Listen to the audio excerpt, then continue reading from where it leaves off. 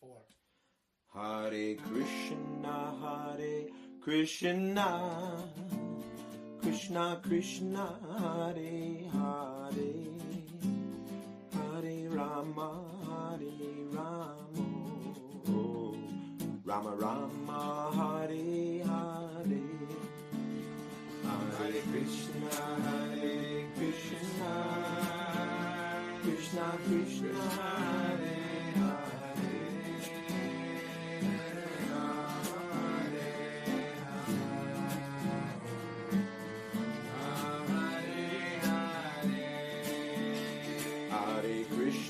Hare Krishna, Krishna Krishna, Hare Hare, Hare Rama, oh Rama, Hare Hare, Hare Krishna, Krishna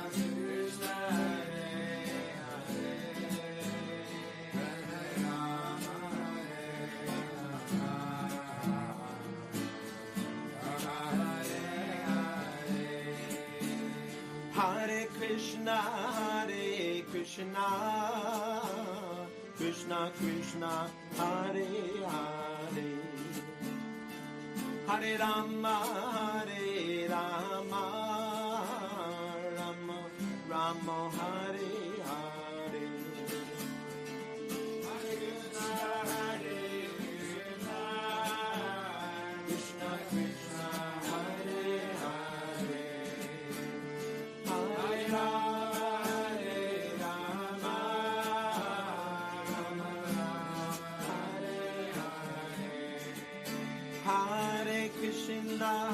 Hare Krishna, Krishna Krishna, Hare Hare,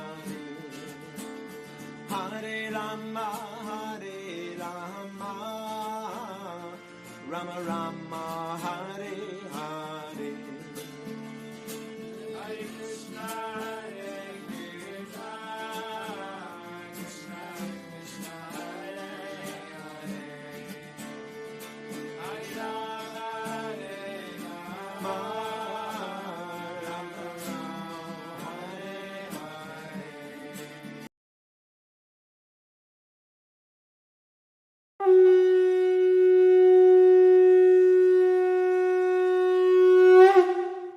From the ethereal realm of devotion.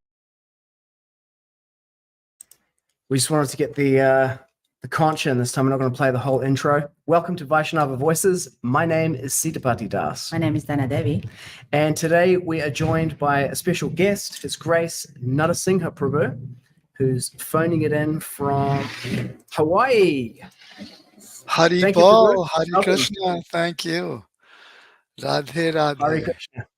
Hare Krishna. I wanted to jump into talking straight up about your new book that's just come out. It's the 25th of February today here in the future where we are in New Zealand. It's like we're 1 hour away from Hawaii, right? But on a completely different day. I think it's Saturday where you are. Yes, it's the 24th here. And the book came out on the 4th of February. And it's called Are We There Yet? And How Did We Get Here Anyway? By Narasingha.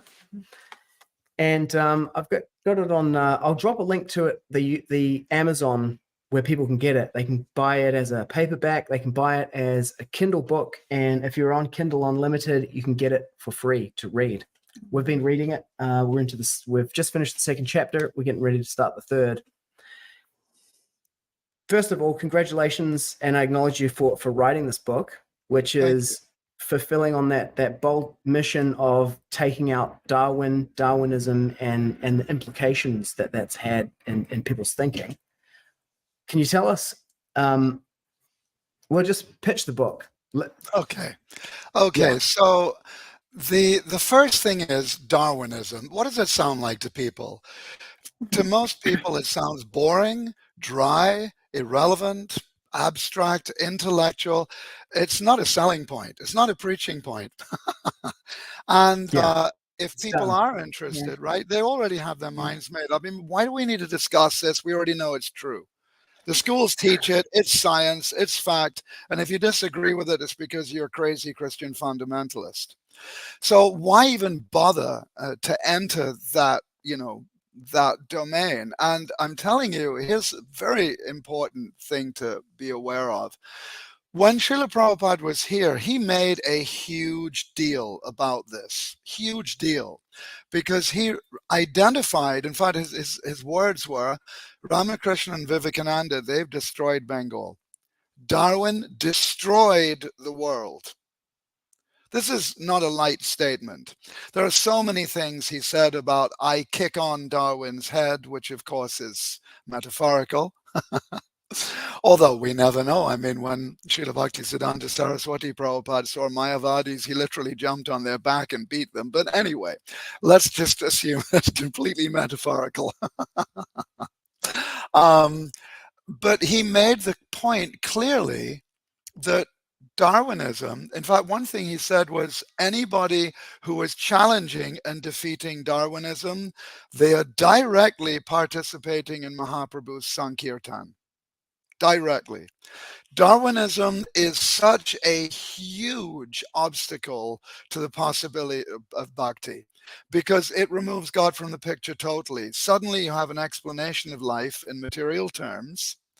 And that means that not only we're saying where life came from is material, but where it's going to is material, is nothing other than materialism. If you want to believe in God, that's okay. That's your personal little sentiment, whatever, your tribal deal, but it's not relevant. It's not important.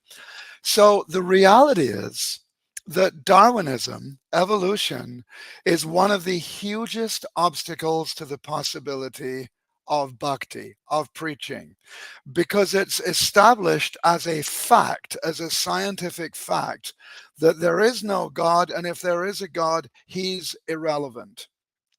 And it's so much a fact, it's so established, we don't even need to have the conversation. It's a boring conversation. There's football games, there are good movies, there are important conversations about politics and economics and whatever else.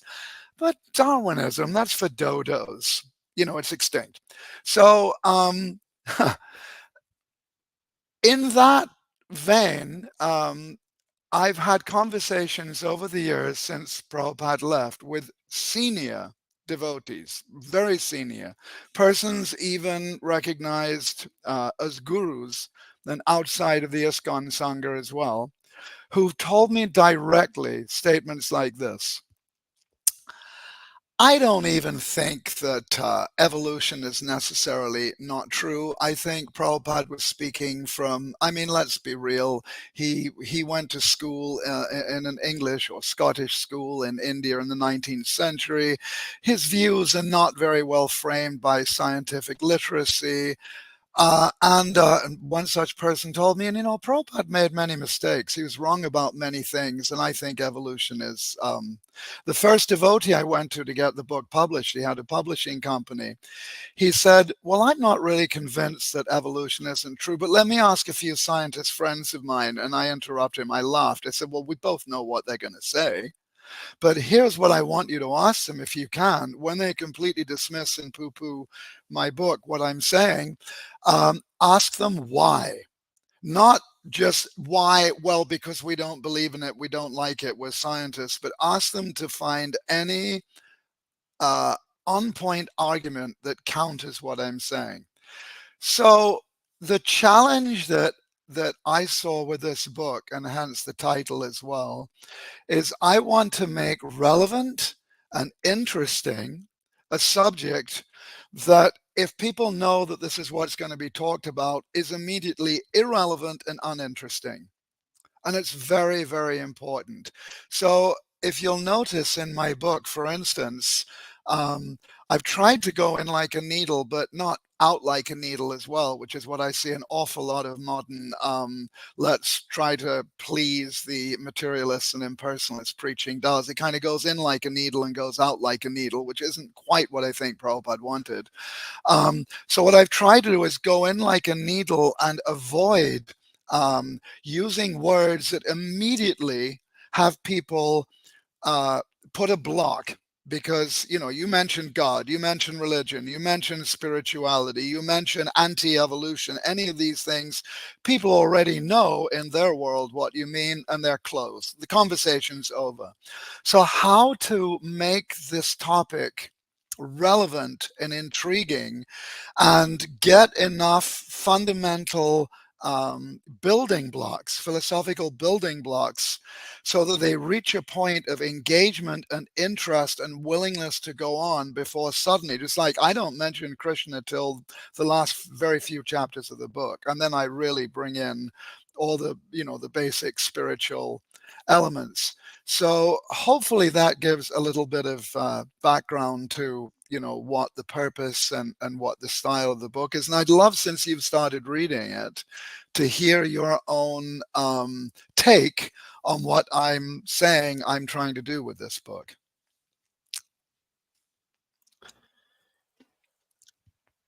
Thanks for the overview, Prabhu.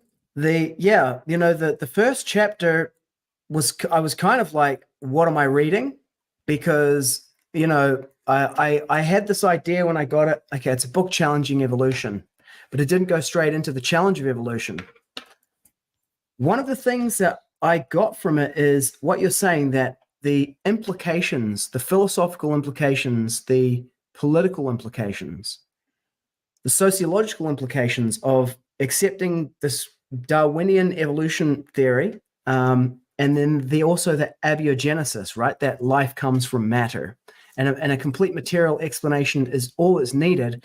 Is that we have a material causal chain from past going, and then this is the part that you highlighted, and that determines where we're going, the future. And so whether we recognize it or not, we live in a world and in a society that has a vision of the future. And we're at a point in time now where, because there's so much uncertainty and change happening, there are like conflicting visions of the future.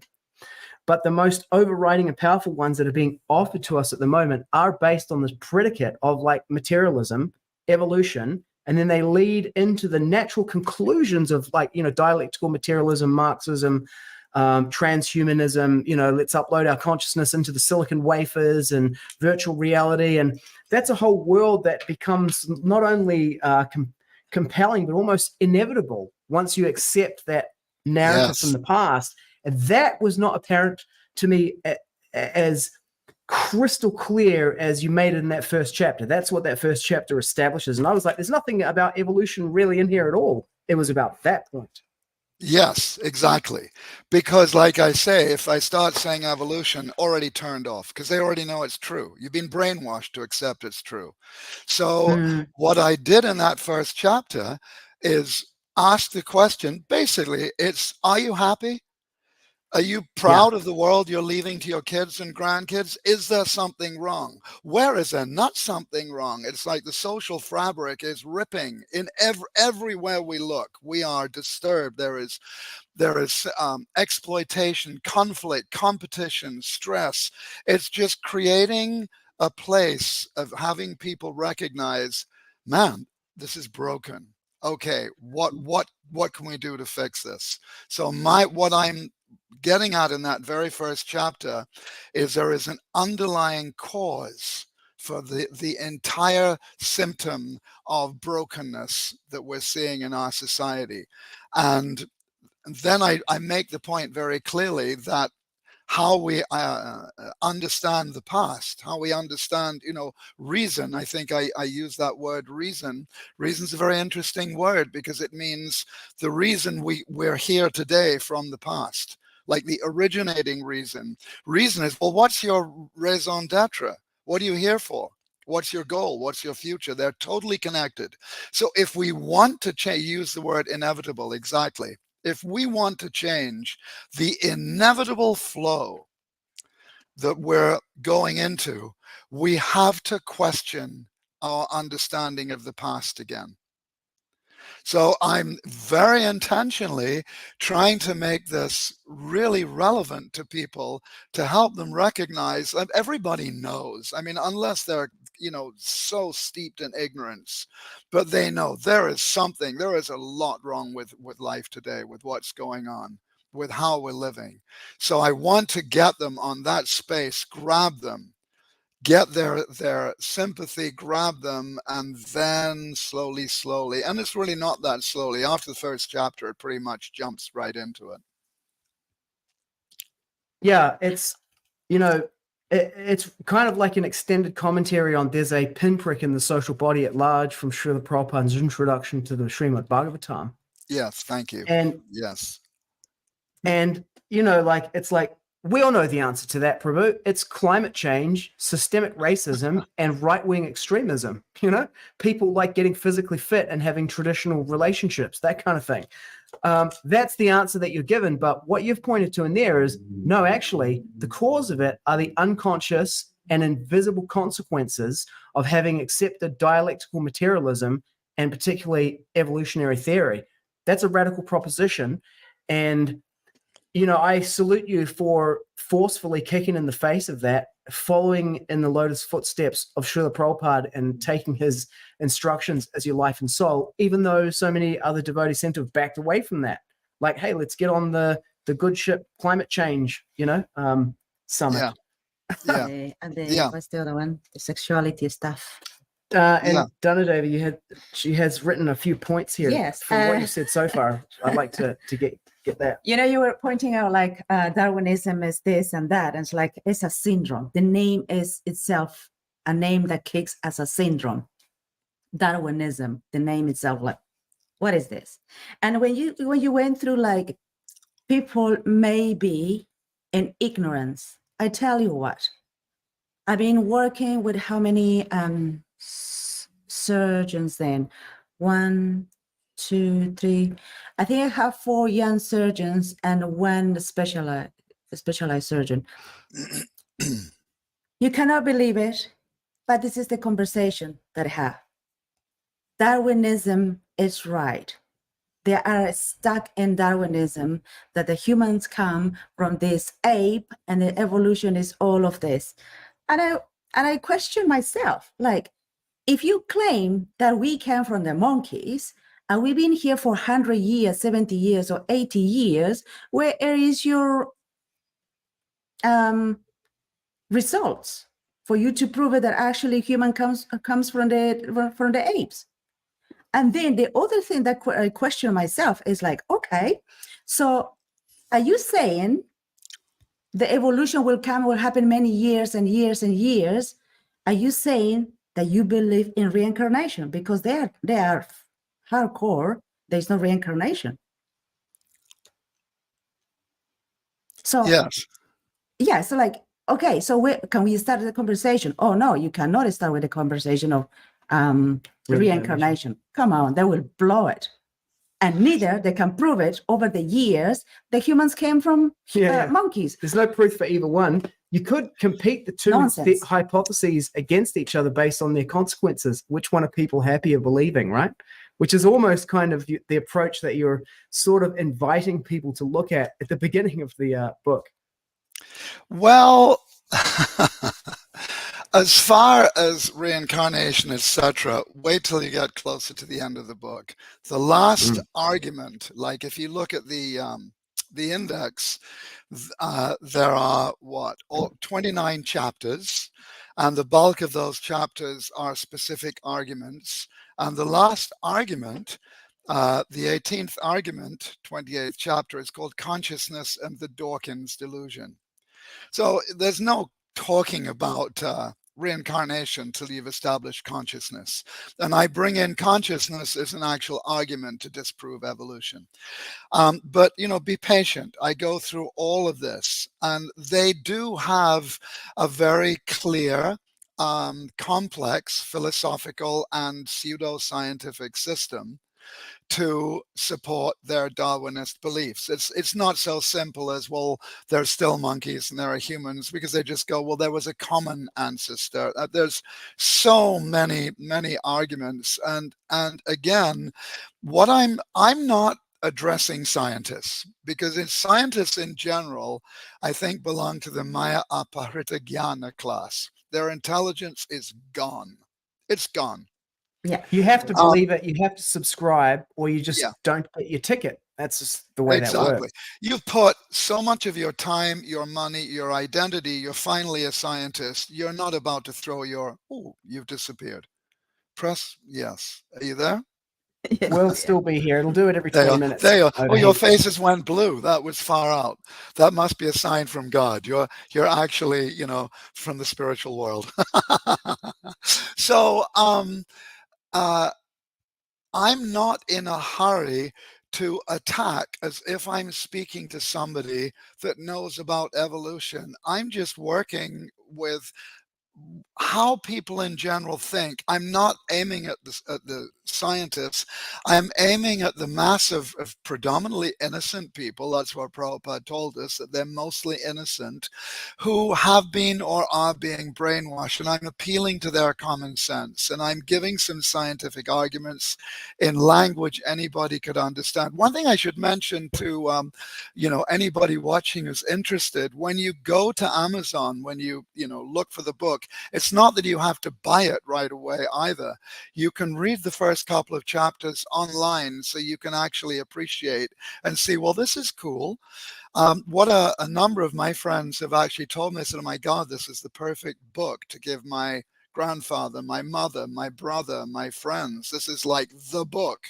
This is like, so this isn't preachy. There's no even mention of God until later.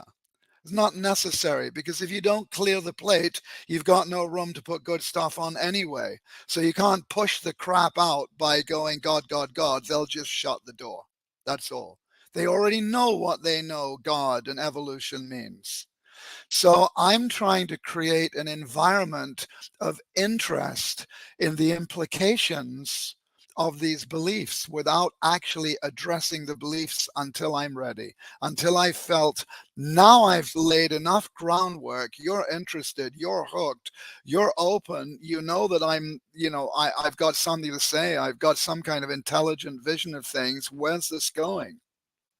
So that's even that second chapter also, it's not directly really rejecting evolution per se. It's just opening up a conversation of why you might want to question things. And tell us about how did this book come about? Why'd you write this, and how'd you get inspired? Thank you. So I was running a Bhakti Yoga Center, Krishna Temple, little preaching center in Athens, Ohio, back in 80, 81, I think it was, maybe 82. I don't know, back then. And somehow we had nice relations with the school, including with the paper, the student paper, and they would ask me to write things occasionally. So I wrote an article, and it got a really angry response from somebody that started talking about evolution and atheism, And I thought, okay, this is a very important subject. And I was turned on to Sadaputa Prabhu, and I'd gotten Origins magazine, which was just brilliant. I mean, Sadaputa was an amazing, brilliant, humble devotee scholar. Tragedy that, he left us. Such a wonder. May not agree with his conclusions, or actually a wonderful thing about him was he wasn't presenting conclusions. He was presenting ideas, and like a real scientist, he was always open to more information, developing whatever. He's a great personality. So and around the same time, late one night, somebody threw a rock through the front window and caused a lot of damage. And I just thought, it just all was in the same paradigm for me. And I thought, I'm going to respond. And I started writing. And I just found I was really inspired. And I didn't even understand it, because I'm not a trained scientist, although I certainly got some education behind me. In fact, no, I'm not going to go there. And as I started writing, it was anybody that's creative, whether it's a sports person, a musician, a writer, anything. if you really think this is your ability and your intelligence at work, you're off world. Everybody knows you get into a zone and it's like you're just there. You're a receiver. You are not the creator of the signal. And every musician knows this. It's like something happens and it all just starts coming. And actually, as soon as you start thinking about it, that's when you break the connection. It's like it's not coming from your mind. And I discovered, as I was writing, I was hurrying to keep up with the flow of ideas. And I was translating that signal into my language. Obviously, we all do. I mean, there is no meaning to English apart from the meaning we give it. It's not that's how knowledge is transmitted at all. And so I just started writing and this was a long time ago. And in fact, most of the arguments that I came up with, and quite a few of these are just, I've never seen anywhere else. They were just my inspirations coming from Krishna and Prabhupada. Even though I never changed them, I didn't write the book because I didn't have the maturity as a human being and as a devotee to write in such a way that didn't completely piss off the people, because they knew I was just an arrogant so-and-so that wanted to beat them into submission. And it took a long time to actually, by practicing Krishna consciousness and going through different challenges in my own life and having all kinds of growth spurts and the opposite over the last few decades, that I reached a point of, I want to write this because my guru wants me to write this. I want to help people because I want to help people. I don't want to hurt people. I don't want to close them. I don't want to beat them. I want to be their friend. I want to be their brother. I want to somehow open their minds and their hearts to want to know, what is a guru? Why should I go to a guru? Why should I not trust material authorities? That's what I want to do. So it took an awful long time between getting the download of information and growing as a devotee and a human being to being not such a knee-jerk, arrogant, I'm going to beat you, but actually to become a friend, just a friend of my brothers and sisters everywhere, and try to become a servant of the real spiritual teachers, because I'm not that. I'm not a spiritual teacher. I'm in Maya. I don't see Krishna. I have so many concepts, we all do, but I am just one like everybody else, and I've been given something. And what my gurus have told me, the only way that you can repay, Prabhupada said you can't repay. What guru is giving, how can you repay? But if you want to, you can try. How? By giving what I am giving to you to others. But I don't find that we're very successful when we're giving to others from a high seat. Even Srila Bhaktisiddhanta repudiated. He said, I know I look like a monkey. Who is this monkey sitting on a high seat? But he was guru, and then he explained why a guru has to. If you're not a guru, if I'm not a guru, and I don't mean an officially inaugurated, voted in, whatever, I mean a guru, if you're not a guru, don't behave like one. Don't act like one. Be a friend. Be a brother. Be a sister. We're all in this together. Mahaprabhu's mercies for all of us. I'm incredibly lucky that I caught that flow, maybe a little ahead of you. But if you take what I'm giving you, you can go way ahead of me, and that's what I want. That's brilliant. So this is a book that's been 40 years in the making. There's a whole flow of them coming out. Okay. This is the ripened fruit of your mature spiritual knowledge. Shout outs to my homeboy Sam Henson, who's tuned in from Perth, Western Australia. He's summarized what you said: humility and kindness. Oh, very sweet. Thank you. Yes, those are our lessons. Those are our lessons. Humility and kindness. They're far higher than conceptual knowledge. Actually, the items of knowledge and described in Bhagavad Gita, they include humility and kindness. And humility means that we accept the truths our guru's giving as it. We put that on our head. We don't put what anybody else thinks on our head. That is okay. Go ahead.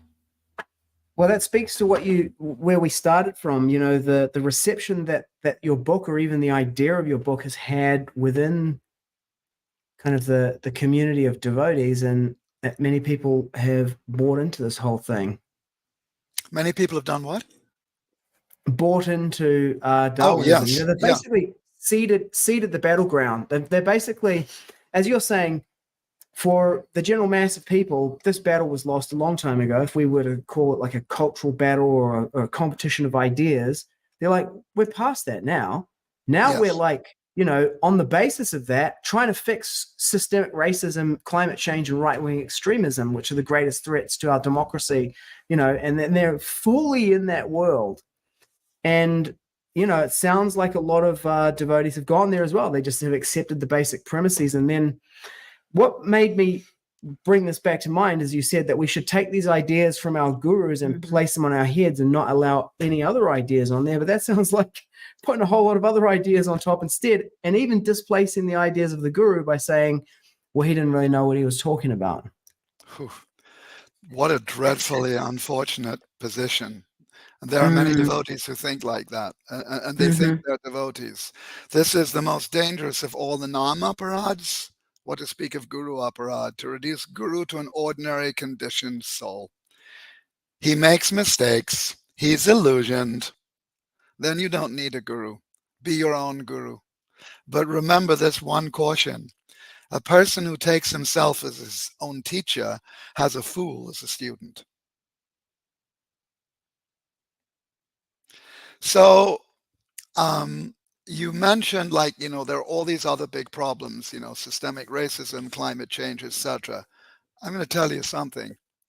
If you wake up and there's no food on your table, or your wife is so pissed she wants you out of the house, the last thing you're worried about is climate change or systemic racism or any of that intellectual, these are things that people who are comfortable in their middle class suburban, artificial lifestyles with their fridge full of beer or, nectar, whatever it is, sense gratification, whatever, and the TV's there. Yeah, they can afford to be like that.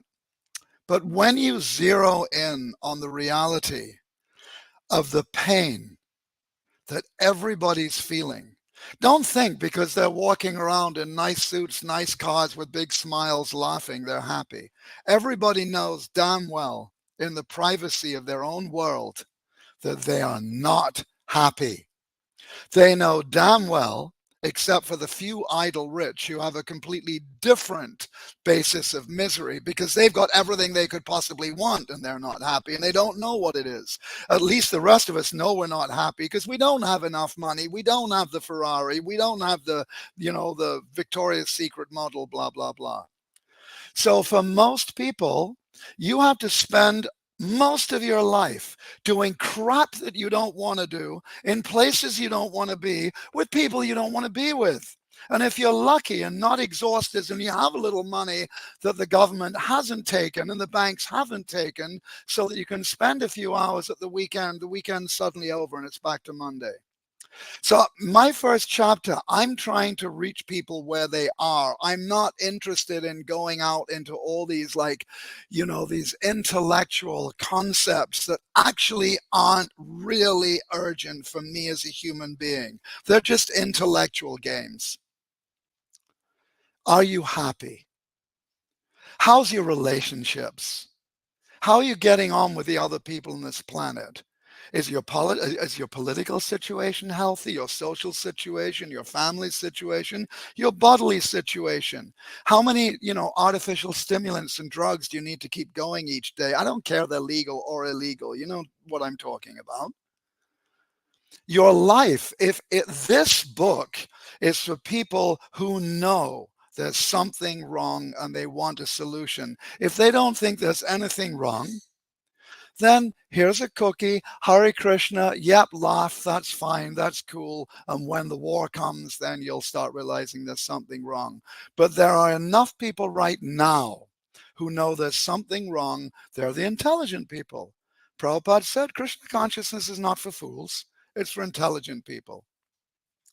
So there's enough intelligent people that when they're not, in a social environment and putting on an image and the music is blasting and they can't think straight and they've had a beer and busy, this is when they're in their own world, they go, damn, this is speaking to me.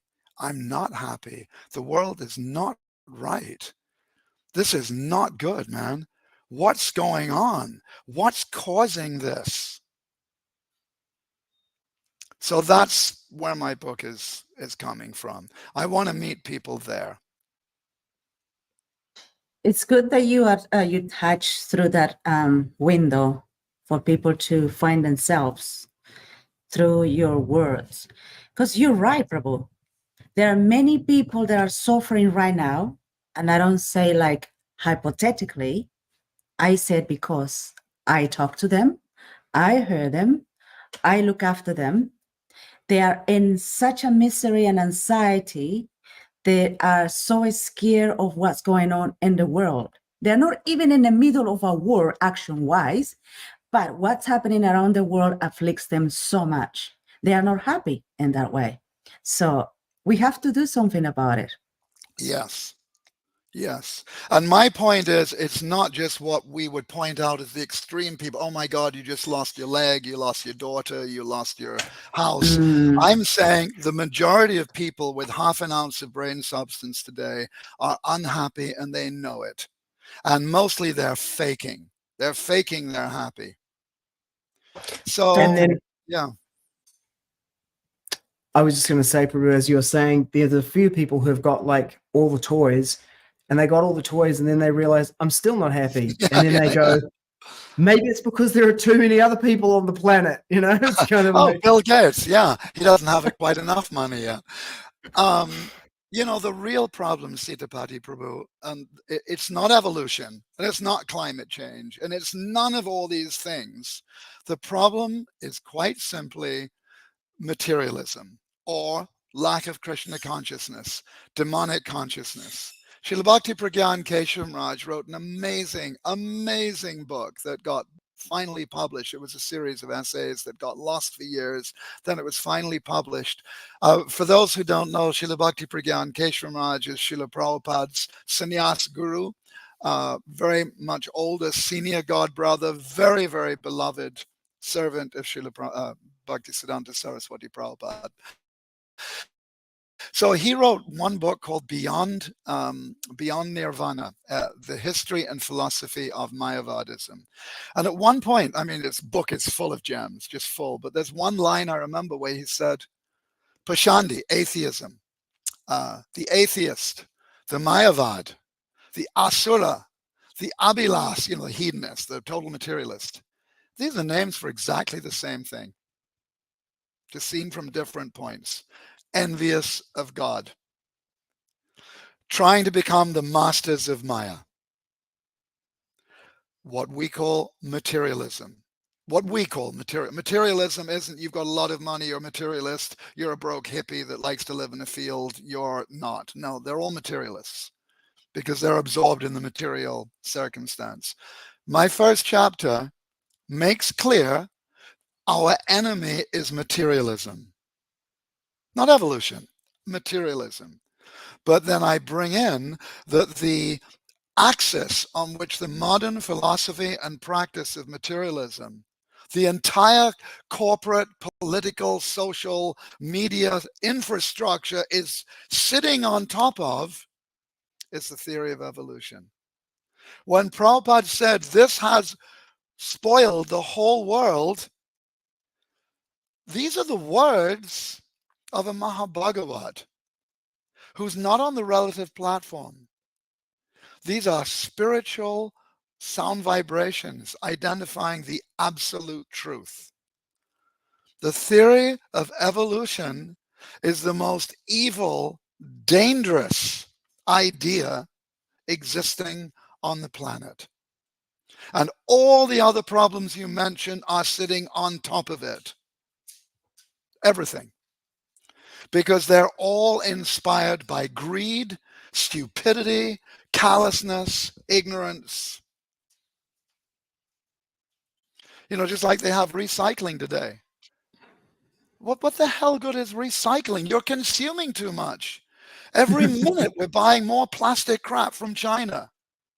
And you're squawking about Correct. the poor animals in the sea. Stop buying this shit, but they can't stop because we're completely addicted to materialism. Mm-hmm. And until and unless we identify the disease, we're not going to be very interested in taking the medicine. The medicine works. All of us know. I mean, we're not pure devotees, but we look back to who we were and how anxious and greedy and everything else we were before we became devotees. Like, wow. Thanks, Prabhupada. Yes. You They can't, are right? You're in the medical field. You serve people with, you can't get them to take a medicine unless they're convinced something's wrong. correct. Yeah. That's correct. And also, we have to make sure the medicine is actually for the right reason they're taken. Well, yes and no. When we're talking transcendental medicine, it actually doesn't matter. As And they material get, medicine. yes, as they get purified and their reason starts to align, like a crazy person can take prasadam and hear Hare Krishna. I remember one time I was doing Sankirtan in Copenhagen, long time ago. And there was, I don't know if it's still there, an area called Christiania, which is a hippie experiment. The police, the local government, everything, they said this huge area inside Copenhagen, it's not part of Copenhagen. No police go in there. It's for the hippies. They do what they want. And needless to say, it was like in a dreadful state. Everything was falling down. And the only shops you could see were like little stalls all over the place where they're selling hashish and bananas, some basic foods. But it was like that. And one day we were leading a Sankirtan party and I was chanting and this hippie came up to me and he had a fish. He'd bought a fish. And he was like waving it in front of my face. I was a young devotee and I was like irritated by that because to me, the fish is a disgusting blah, blah, blah. I wasn't thinking to him, it's just something he's eating and he's just waving it because it's like going with the rhythm and he's actually appreciating what we're doing. So he's doing that all the wrong reasons because his mind has gone somewhere, into fish and hash and anything else ending in shh, he's totally in the mode of ignorance. But what a benefit. What a benefit. But in order to get people to align, to take the medicine as a practice, to understand, they have to be convinced, A, they're sick, B, what the cause of the sickness is, C, that what you're offering me as a medicine works. Correct. And that's what my book is aimed to do. About the book Beyond Nirvana, the other night we watched a video from 2021 and it has you and Bhadarayana Prabhu in it. I think Gaura Prabhu did it. Yeah, I remember. And I believe you quoted from that book, didn't you, in that video? Good memory, Baba. Yes, I did. I love that quote. Yeah. So I wanted to ask you, and I'll get you to, if you would, to share that quote again with us and with the viewers. But I wanted to ask, that was the very first time I'd ever seen you, very first time I'd ever seen Bhadarayana Prabhu. And I was kind of looking at you guys, I was like, are they brothers? Like all the other videos, everybody was by themselves. And then you guys were together. I was like, is this Bert and Ernie? Are they brothers? Like, how did you end up at Bhadarayana's place? Well, first of all, let me make an off-color joke. And there's a bigger than that. So yeah. I think that people say that. It's kind of like a lot of people, one African-American devotee said to me once, because I was chasing after him, calling another devotee's name. And when I finally caught up with him, he said, yeah, we all look the same, right? And we were laughing about that. And so I said, it's the same thing. Bud and I are both Jews. So, to the we all look the same. No, I'm kidding. Badarayan and I have been friends for decades. With another dear God brother, Loka Guru Prabhu. We've known each other since, they knew each other longer, but since I came to America, maybe within a very few years, the mid 80s, that we've known each other, we've been friends. So we just and we just stayed in touch over the years. Yeah. You want me to find that quote from Srila Bhakti Pragyan Keshav? I've got that somewhere on my phone. That'd be great. All right. The last say something while I'm looking. Yeah, sure. The last episode that we did was a couple of weeks ago, and it was Badarayana Prabhu talking about the World Economic Forum. Mm-hmm. What was it called? It was called the World Economic Forum, Donald Trump, and something else. Yeah, and I find Badarayana Prabhu's analysis is very insightful, very thoughtful, and he does embody that humility and kindness and the kind of sharing of ideas and allowing other people to have like a different idea or perspective on things. I really appreciate that flexibility of thinking. Yes. That's the nice thing, because everyone has their own world where they live in that makes sense to them. And also they have their own way of interpreting things and allowing their people, own way of what things? Of doing what? Their own way of what? Interpreting. Interpreting, yeah. Interpreting things or discerning things. Discerning. Yes. They have their own way. And that's the beauty of it. And allowing the people to channel their thoughts and knowing the person, how the person thinks and how they speak their mind is wonderful. Yes. Well, Badarayan is very expert at putting people at ease, at being very charming. And, so basically that's where the similarity between him and me ends. Are you saying you both are charming? No, I'm saying that's where the similarity ends. He's such a charmer. We do good cop and bad cop well. Yeah. You and I were having some argument about something on. We've had a couple, Bubba. One was Varnashram, and the recent one was Ritvik. Oh, that's right. Yeah. He's been watching. They get pretty intense, but it's like, But we can both take it. We're both strong, intelligent. We are not wimps. We're not going to be disturbed by any. Not the stronger somebody else gets, the stronger we get. It's healthy. Therefore, there's that quote. What is that? Siddhanta Balya Chite Karana Alasa from Chaitanya Charitamrita, explaining that devotees do not shy away from controversial topics, debates. Such discussion strengthens the mind. Yes. And not only your mind, your faith. Faith, yes. Which is the main thing.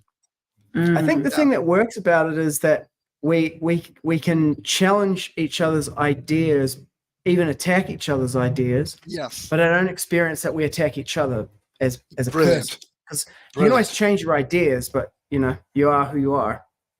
Yes, and this extremely obvious understanding was so excellently codified in the Bible. Love the sinner, hate the sin. Don't make it personal. Don't take it personally. Don't make it personal.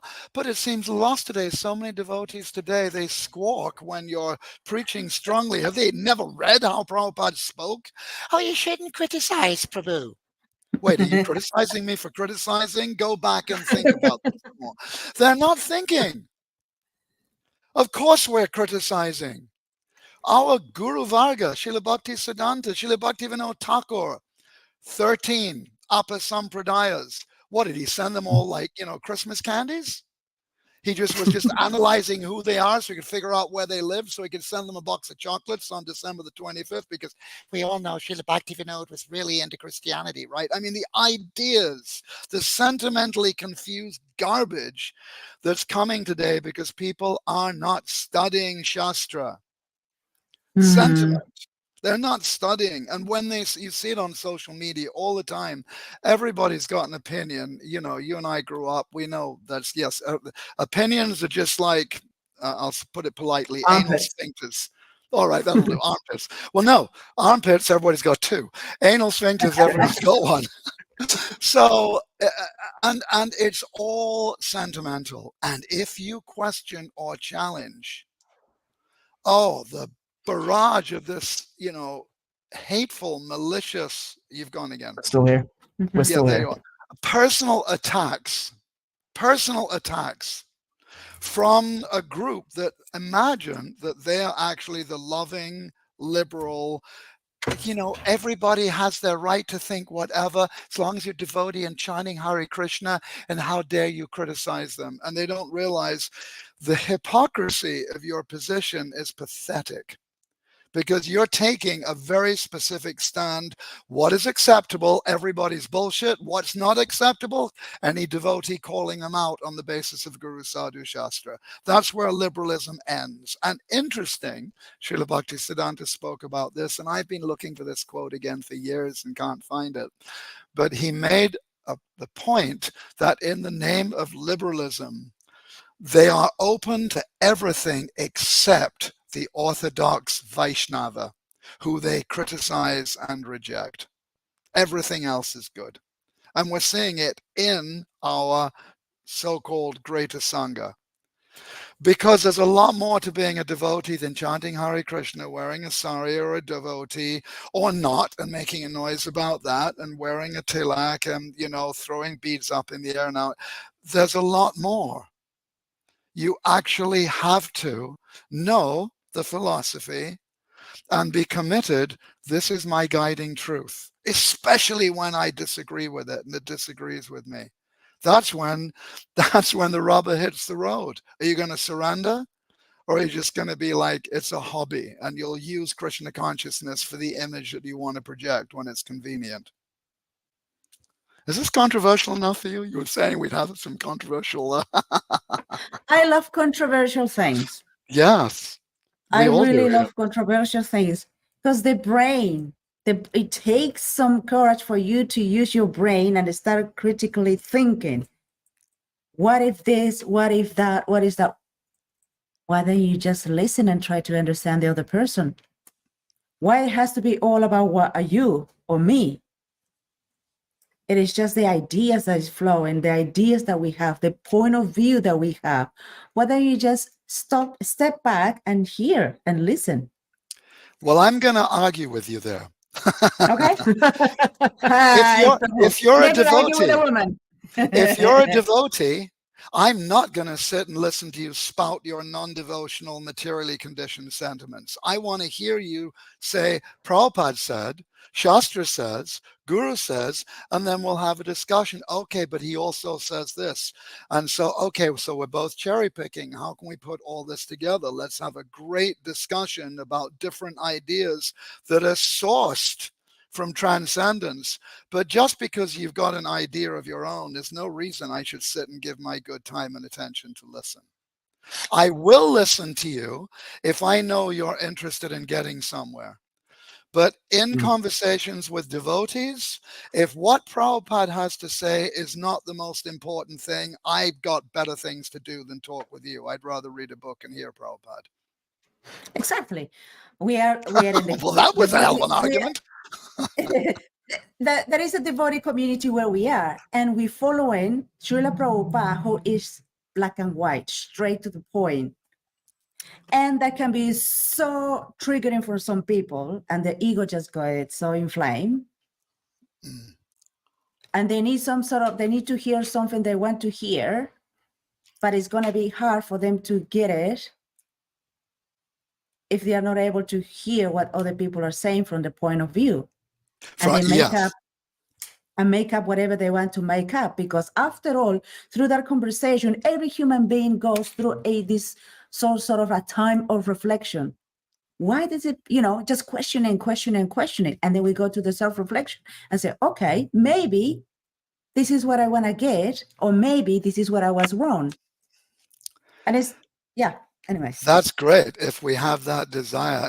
Emerson, he said, speak what is true for you today with all your strength, your belief, but be open so that if some new information comes tomorrow, you're willing to grow from that. Our identities get stuck.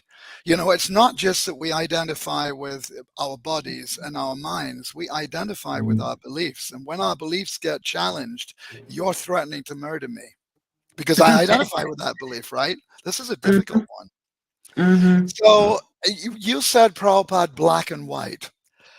Not only. No. Prabhupada also, as guru, spoke according to Kala, Desha, Patra, time, circumstance, space, audience. And so for a really huge case in point, the fall of the jiva, the origins of the jiva. Let's get to the controversy. Yeah, I was thinking you're getting bored. So No, I'm not. I'm not at all. I'm enjoying this conversation. No, I'm just saying. Next level. The fall of the jiva. So in the early days, you got a bunch of, let's get real, only a few weeks ago, we're like, wow, dude, rock and roll, sex, drugs. And suddenly by Prabhupada's unbelievable potency and mercy, they're Vaishnavas. Although that took time. A quick side, one time in Mayapur, Srila Bhakti Pramod Puri Maharaj saw one devotee put on tilak. Devotee pulled out the clay. There was no water around. So he spat in his left hand. I think it was Srila Puri Maharaj, might have been another of Srila Prabhupada's godbrothers. Started, and he immediately, wait, no, what are you doing? Stop, you can't. And he said to Prabhupada, how? And Prabhupada said, no, don't worry. They're in process. They have begun. He's very sincere. He doesn't know all these details. Don't worry. In time, they will know everything. So Prabhupada was so merciful. He knew where we were at. So the question about where does the jiva come from? Well, we have a question from the audience before that. Sam is asking, what is the jiva? Oh, okay. Oh, is this Samuel again? Yes. So, hi, Samuel. Thank you. All right. So jiva means living entity. The jiva is the conscious living entity. So there are two kinds of living entity described in Shastra, scripture, and that also are clearly observable by common sense and logic. There is the tiny, infinitesimal, limited living entity who is called the Jiva Atma. Atma means spiritual being. Jiva Atma refers to the individual, tiny, limited. I was just looking at my own face there as if he's Samuel. I'm talking to him. I'll look back at you guys. So the jiva is the infinitesimal. This is explained in Bhagavad Gita, how the individual jiva, he has a field, a kshetra, which is marked by his own body. So the extent of our consciousness, it doesn't really go beyond our own body. And it doesn't even go that much in our body. Like you don't know how you're growing hair, or in my case, how I'm losing it. You don't know how you're digesting food. But we have, oh, that hurt. Oh, I lost a leg. So we have some identification with the body. And that's as far as it goes. And we're not in control of it. So that's the Jiva Atma, the individual, infinitesimal living entity. Then there's the Param Atma, Param, supreme spiritual being, who exists in every single atom, who is present with every jiva, in every single body, and he knows what's going on in all bodies, the universal bodies, the atomic bodies, the bacteria bodies, the elephant bodies, and he's making all arrangements for their sustenance and their cooperation with everything else. So the jiva literally means, in your case, Samuel, you, the essential you. Hopefully that was useful and not too off the point. He says, thank you for the clarification. So it landed. Thank you. Wonderful, wonderful. So yeah, is Samuel just like a cool listener to, Sitapati's and his wonderful wife's podcasts, or is he like a devotee who just wants to make sure everything is made clear? Or Sam and I went to school together back in the hood, like, coming up to 40 years ago now. Wow. 30, 40 years ago. He's now living in Australia, and we're here in New Zealand, so we can touch over the internet, and he's tuning in to check it out. Cool! How cool! Great. He's currently dealing with some health issues, and he's laid up in bed, so he's probably watching this while he's recuperating his strength and force. Yeah. Well, I hope that recuperation happens easily and quickly, Samuel. And thank you for tuning in. That's awesome.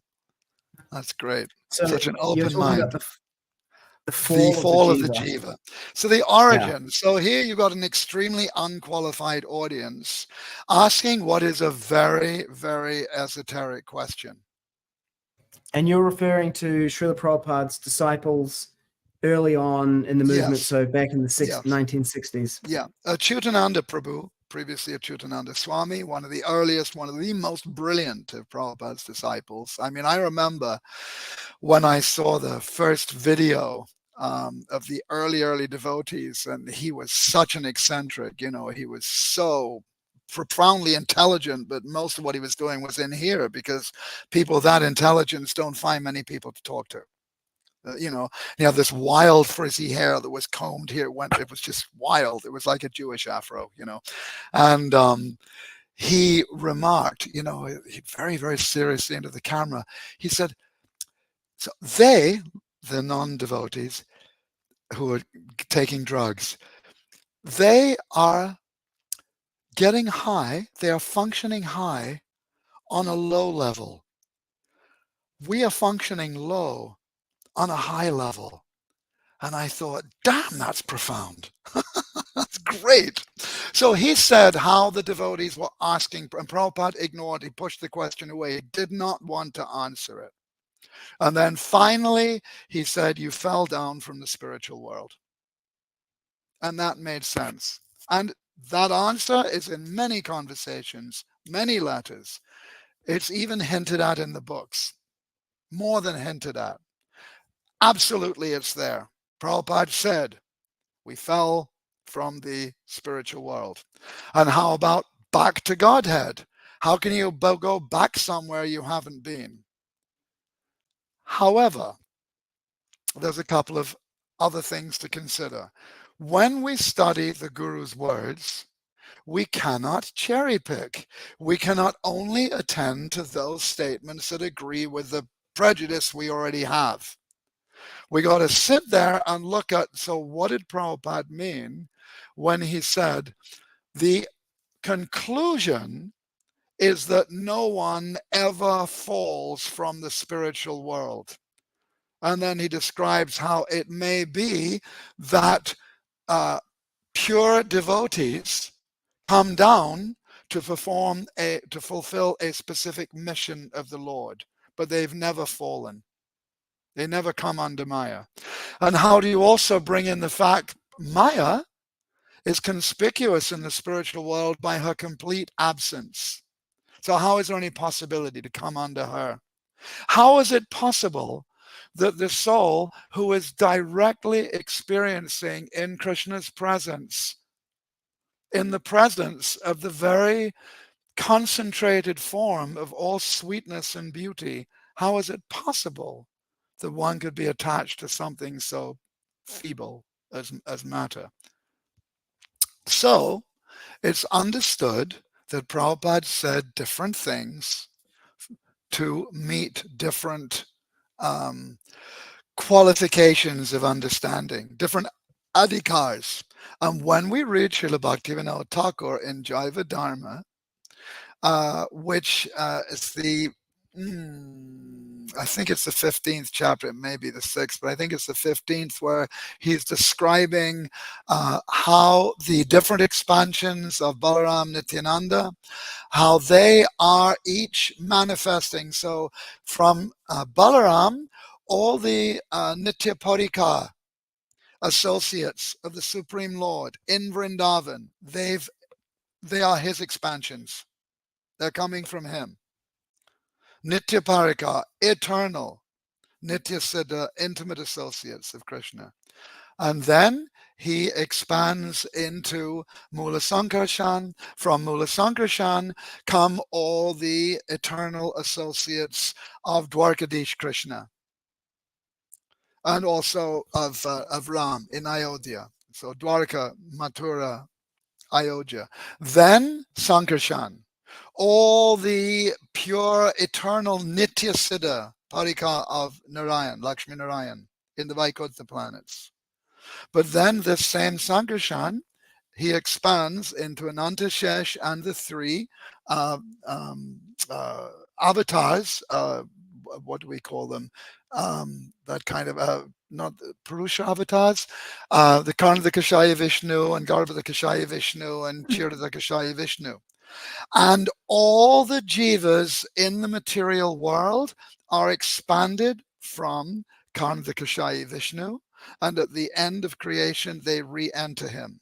We're also told that, by the way, that's the origin of the jiva. The origin of the jivas that can fall into the material world is the Karnada Kashaya Vishnu. It's described in Jaiva Dharma.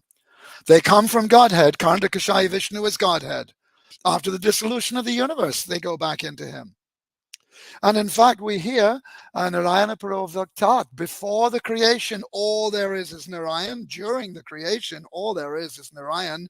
After the creation, all there is Narayan. So please explain to me how it's possible for the jiva to ever be anywhere else other than in Godhead. Where is there not Godhead? So Bhaktivinoda explains in that same chapter that the materially conditioned soul, his intelligence is hopelessly bound by time and space. He cannot understand the spiritual fact of the eternal now. There is no material time. There is no past. There is no future. He cannot understand a causelessness, beginningless, endless. This is. Krishna is. He didn't come into something that wasn't Krishna and he was blessed to do his thing. Our minds can't go there. Krishna, God, there's no cause. There's no reason. There's no other option. He just is the Supreme Personality of Godhead with his unlimited consciousness and desires and will. It's like, how did that happen? As if it happened. There's a point in time. So we can't. So Prabhupada said, he told the devotees early, said, you cannot understand this. This is not a simple question. Trying to understand the transcendental condition where there's no Maya. Tell me. I think I can handle it. No, you can't. He said, just become Krishna conscious, become liberated, and then you'll understand all these things. It's the process of self-realization. Yes. So what I'm saying is, to go back to what you said, Mataji, it's not black and white. It's not black and white. And in order to understand, what did Prabhupada say? How do you understand the words of the previous Acharya? You have to hear from somebody else on that transcendental platform. So Prabhupada is, yes, he's given us these books, he's given us so many treasures, but our ability to understand is limited by our conditioning, and therefore you'll see so many groups of devotees, they're waving the same book, and they're, Sanskrit quotes this and that, and they're on totally opposite sides of the fence over an issue. If it's so black and white, how did that happen? What I meant with black and white is I meant by Srila Prabhupada spoke, this is the reality and this is the illusion. What is reality and what is illusion? So that's what I mean, that he was just good. like, this is two things, but no black and white. It's just like there's only two ways of seeing things. No, because there's so much more to that. Yeah. One thing that I really loved about what Srila Prabhupada said about it was he told the story of the crow and the tal fruit. That there's a bunch of sages sitting there, and they're just sitting meditating under the banyan tree, and then a crow flies off from a tal tree and a tal fruit falls down, and one sage says, just see, the tal fruit has fallen and startled the crow and it has taken flight. And then another sage says, no, obviously the crow has taken flight and displaced the tal fruit which has fallen. And so now they're arguing about the causality of the crow flying and the fruit falling, but the reality is that the crow has flown and the tal fruit has fallen, But you can argue, you could create two complete sampradayas out of that. Yes, out of until the crows come home. Yeah. Until the crows come back to the tal fruit tree. Yeah, exactly. Yeah. And they fly in a straight line, so we'll never be back. Unless the earth is a globe, in which case that straight line will... Was that enough controversial subjects in one sentence? Let's go for the flat earth. Yeah, exactly. Won't go there. I mean, we can if you want. But so yes, in Srimad Bhagavatam, the first verse, the first verse is the Mangalacharanam and the summary of Bhagavatam. The first verse of Bhagavatam is 112. And there's that one ecstatic line where Prabhupada says, the highest truth is reality distinguished from illusion for the welfare of all. That is the motto for every preacher. This is our service. And to distinguish reality from illusion is not an easy thing, especially for us, because we're in illusion anyway. We don't see reality. We're desperately trying to understand things that are beyond our adhikar. Therefore, again, I say, it is absolutely essential we're under the anugatya. That means guidance, direction, blessings of a pure devotee. Shiksha Guru. If you have diksha from Guru, shiksha must also come from a pure devotee. It can't come from somebody that doesn't know what they're talking about. This is Gaur Govinda Maharaj used to say when he was challenging the fake guru movement that took over illicitly in ISKCON. He said, Ari Baba, you have Krishna? You have Krishna. He is yours? He is in your heart? You can't give him? No? Then how are you a guru? How can you give what you don't have? Prem? Krishna Prem? Shuddha Bhakti? How you will give? Oh, well, that brings up a whole nother conversation, but can't you be a guru like this Madhyam gurus? Yes, you can. If you are acting under the direct order of your guru, and it's very clear that you are receiving higher shiksha to keep you growing, that you're under anugatya, and you're not looking to pocket your disciples. They're mine. They shouldn't listen to anybody else. And if they have any money, that's mine too. No. But your relationship with your disciple is, I want that they become Krishna conscious. If there is any other sadhu, please go and hear. Look at how Narottam, Look at how Narottam's, not Narottam, excuse me. Look at how Shamananda Prabhu's, yes. Go and hear from Jiva. And Jiva, oh, Narottam, go and take initiation from Lokanath. What is all this ownership, me and my garbage that's popped up between these gurus and their disciples? Don't hear from anybody else. What is this nonsense? This is what's destroying everything. Yeah. Unqualified gurus. You cannot have a spiritual flow without qualified guru. Not possible. Then you end up with a fossilized religion, Catholic Church or whatever else. And then the rebels to the Catholic Church, the Lutherans and all the rest. We're not going to accept you. We'll be, you've got the Catholics, which you could say is ISKCON, and you've got the Lutherans, which are the Redviks. And then you got the Protestant Reformation. Oh, the the Church Scots. of England. The Scots. Yeah. Yeah, which is, like the Lutherans, It's like, we don't need you fallen bishops. We will go directly to God and Christ on our own. There's nothing, ISKCON's not doing, and outside of it is nothing new. The Redvik thing is nothing new. It's the same old. It's always the same old. Even what the guru presents is the same old, except that it's Navayovana, it's eternally fresh. It's from the spiritual world. It's what Prabhupada said. If I've been successful, it's because I didn't change anything. The guru is the peon, the postman, unchanging. Here's the message. No change. Therefore, it's imperative that whenever we come up with an idea, it is supported by Shastra. Not letters, not conversations. Those are supplementary. But if it's not in Shastra, it's not accepted. Because Prabhupada didn't change anything.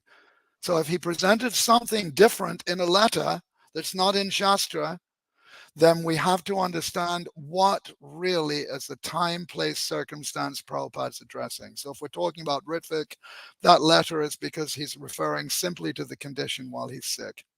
And after that so-called final letter of July, which he never called the final letter, nobody did except the Ritviks, there's a final conversation in October where Prabhupada said, I am now stopping initiations. This process stops. Maybe I will do it again later when I become healthy. That conversation is out there. It completely ends the so-called authority of the letter of July. The Ritvik is based on nothing at all except reactionary to the mistakes in ISKCON. You can't call a dog a table because it's not a cat. You have to understand what a dog is. You can't deny the parampara because the way that some very immature devotees are ruining it. And then come up with a new system. You can't do that. There is nothing in Shastra supporting Ritvik. Nothing. Not a single word. Ritvik's barely mentioned anywhere in Shastra. And when it is, they're paid priests at Karmakanda ceremonies, and Prabhupada adopted it. All right, you're my assistants. I'm the priest. I'm the head priest, but I don't have the energy to gather the sticks, to put them in a pile, to light them. You do that.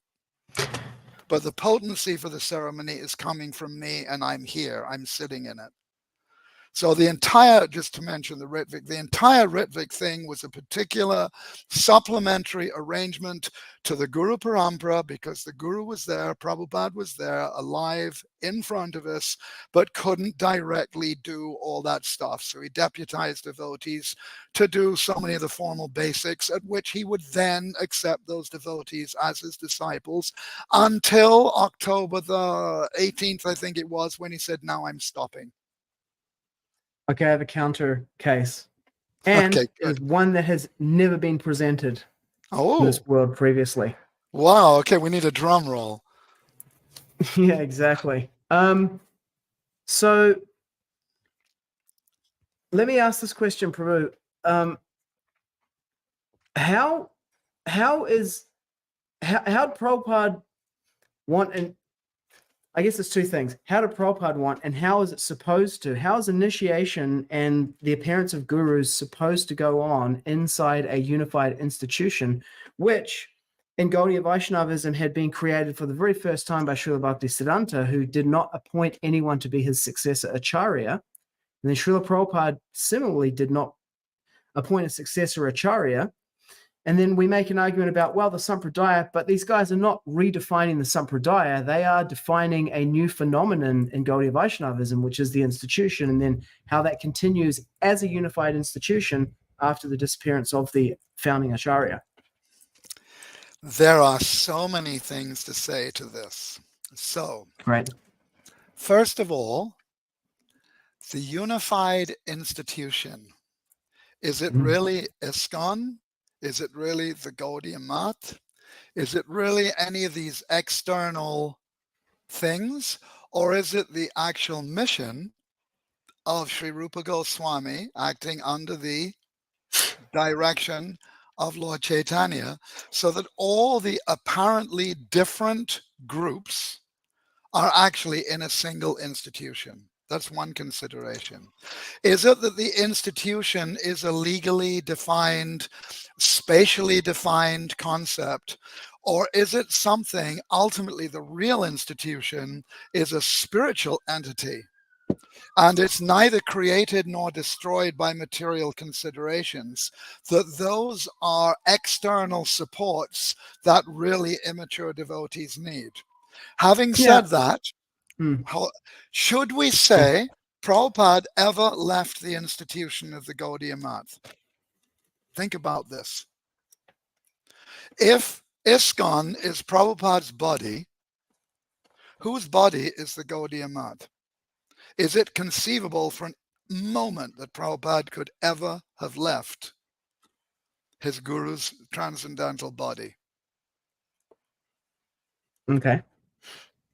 So these are very important considerations, because it opens the whole dialogue as what is the institution? What is a unified institution? We're not a democracy. We're not a majority. Our institution is defined not by members, a number of members, or agreement. It's defined only by one thing: truth, in full alignment with the teachings of Rupa Goswami. I'm saying Prabhupada never left the Gaudiya Math. It's not imaginable. Okay. So that opens the conversation up very differently.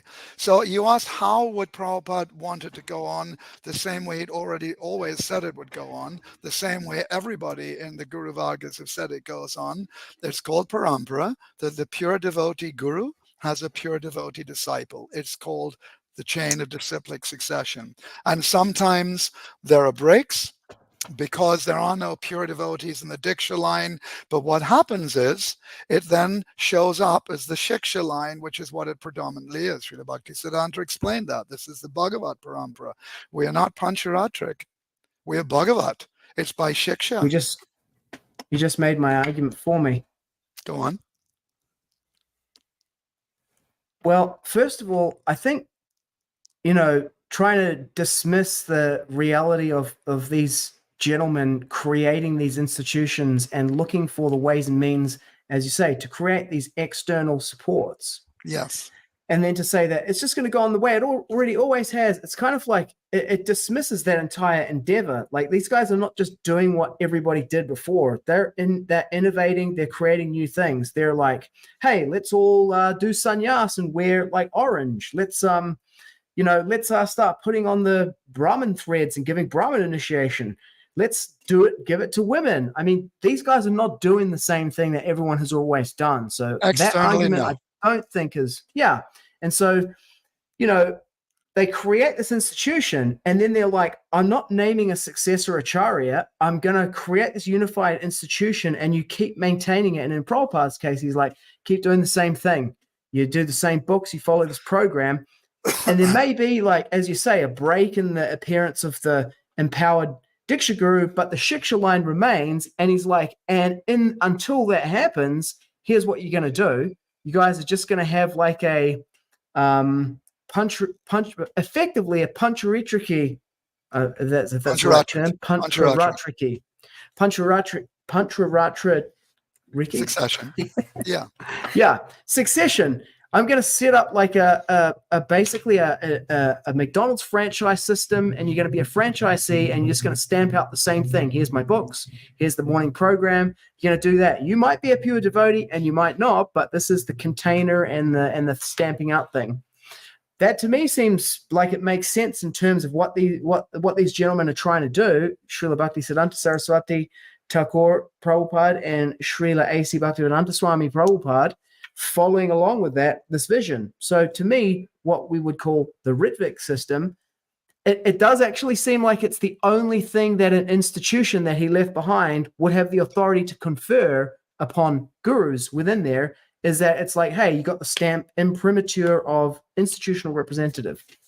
What do you think? Okay, well, several things. First of all, I've already dismissed Ritvik. It has absolutely no basis in Shastra. And in Prabhupada's words, it was ended on October the 18th when he said, I am now stopping giving initiations. He never said after that. He said, I'm stopping giving initiations. So nobody can then say, did I say Ritvik? Did I say Ritvik? I might have slipped up and said that. You just said the Ritvik is the only way that apparently is carrying everything on. You just made that clear. Yeah, well, I don't want to use that term because, now we're going to pull in all of the whole, like, what I'm saying is that what the institution has the ability to do the day after Srila Prabhupada leaves is, and then from then on, they don't have the ability to say this person is a pure devotee. That in the absence of a pure devotee, if they're going to keep initiating new devotees the day after, the only way they could do that is if they were like, through some kind of like, you might even call it seminal. Sure, it happens linear, yeah. In the Madhava Sampradaya, they do it like that. They're like, Madhava is definitely, an incarnation. They say he's an incarnation, an avatar of Vayu, Hanuman. Shiva, Hanuman, Bhima, yes, all connected. Yeah. So, he's the man, and then these others are like representatives of him. So they were definitely representatives of Srila Prabhupada from the day after he left. Okay. There's an awful lot of points made. First of all, the Madhava, whatever they do is irrelevant. We don't follow them. Mahaprabhu rejected a lot of things from that Sampradaya also. And as time has gone, they're doing their thing, but they're not our guides. They're not our gurus. So it really doesn't matter what they do. The Ritvik thing has no authority. Whatever the reasoning is, it has zero. And I ask any Ritvik apologist or proponent or whatever you want to call it to provide shastric evidence. There's none. Prabhupada didn't change anything. So we can't say, well, things were now different and never done before, so we're coming up with something new. Prabhupada didn't have the right to come up with anything new. The guru is not the creator. The guru is the representative of what's already been given. This is transcendental and unchanging. The externals change. And the Acharya has the right to adjust externals. Bhaktisiddhanta wore a suit, and he also took on clothing that was totally different. He rode in cars, and he said you can ride on planes. And Prabhupada used typewriters, all kinds of things, absolutely, not part of the old, renunciates. It doesn't matter. These are all externals. The institution is an external. It's not internal. These institutions don't even exist in the spiritual world. They are external. Srila Bhaktivinoda Thakur and Srila Bhaktisiddhanta Saraswati both said institutions are the bane of spiritual life. Srila Bhaktisiddhanta talked at long periods for how dangerous people will get attached to the property, to the wealth, go to courts, and at many different times he was basically saying it should all be disbanded, get rid of it. At the same time, he said, your love for me will be how you cooperate with me, just how Prabhupada said. And he didn't name anybody. And in lieu of him naming anybody, you have personalities whose followers identify they are the self-evident acharyas. Not everybody that came from the Gaudiya Math recognized Prabhupada. Some still don't. Or Srila Bhakti Rakshak Sridhar Maharaj, or Srila Bhakti Pramod Puri Maharaj, or Srila Bhakti Dayata Madhava Maharaj, or Srila Bhakti Vaibhav Puri Maharaj, or I could go on, a list of gurus who, from a very objective viewpoint, are clearly pure devotees, clearly carrying on the mission. Did they do what Prabhupada did externally? He opened it up for the whole world? No.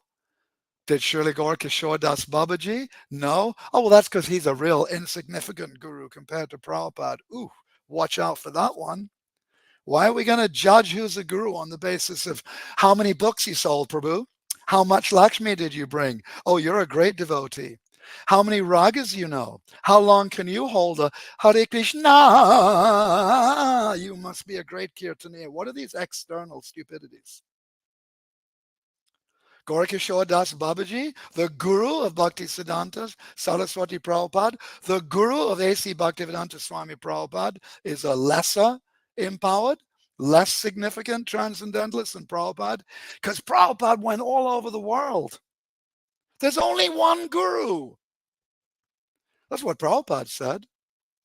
There is one guru who appears in a multitude of different forms, so that you and me and all others can be saved.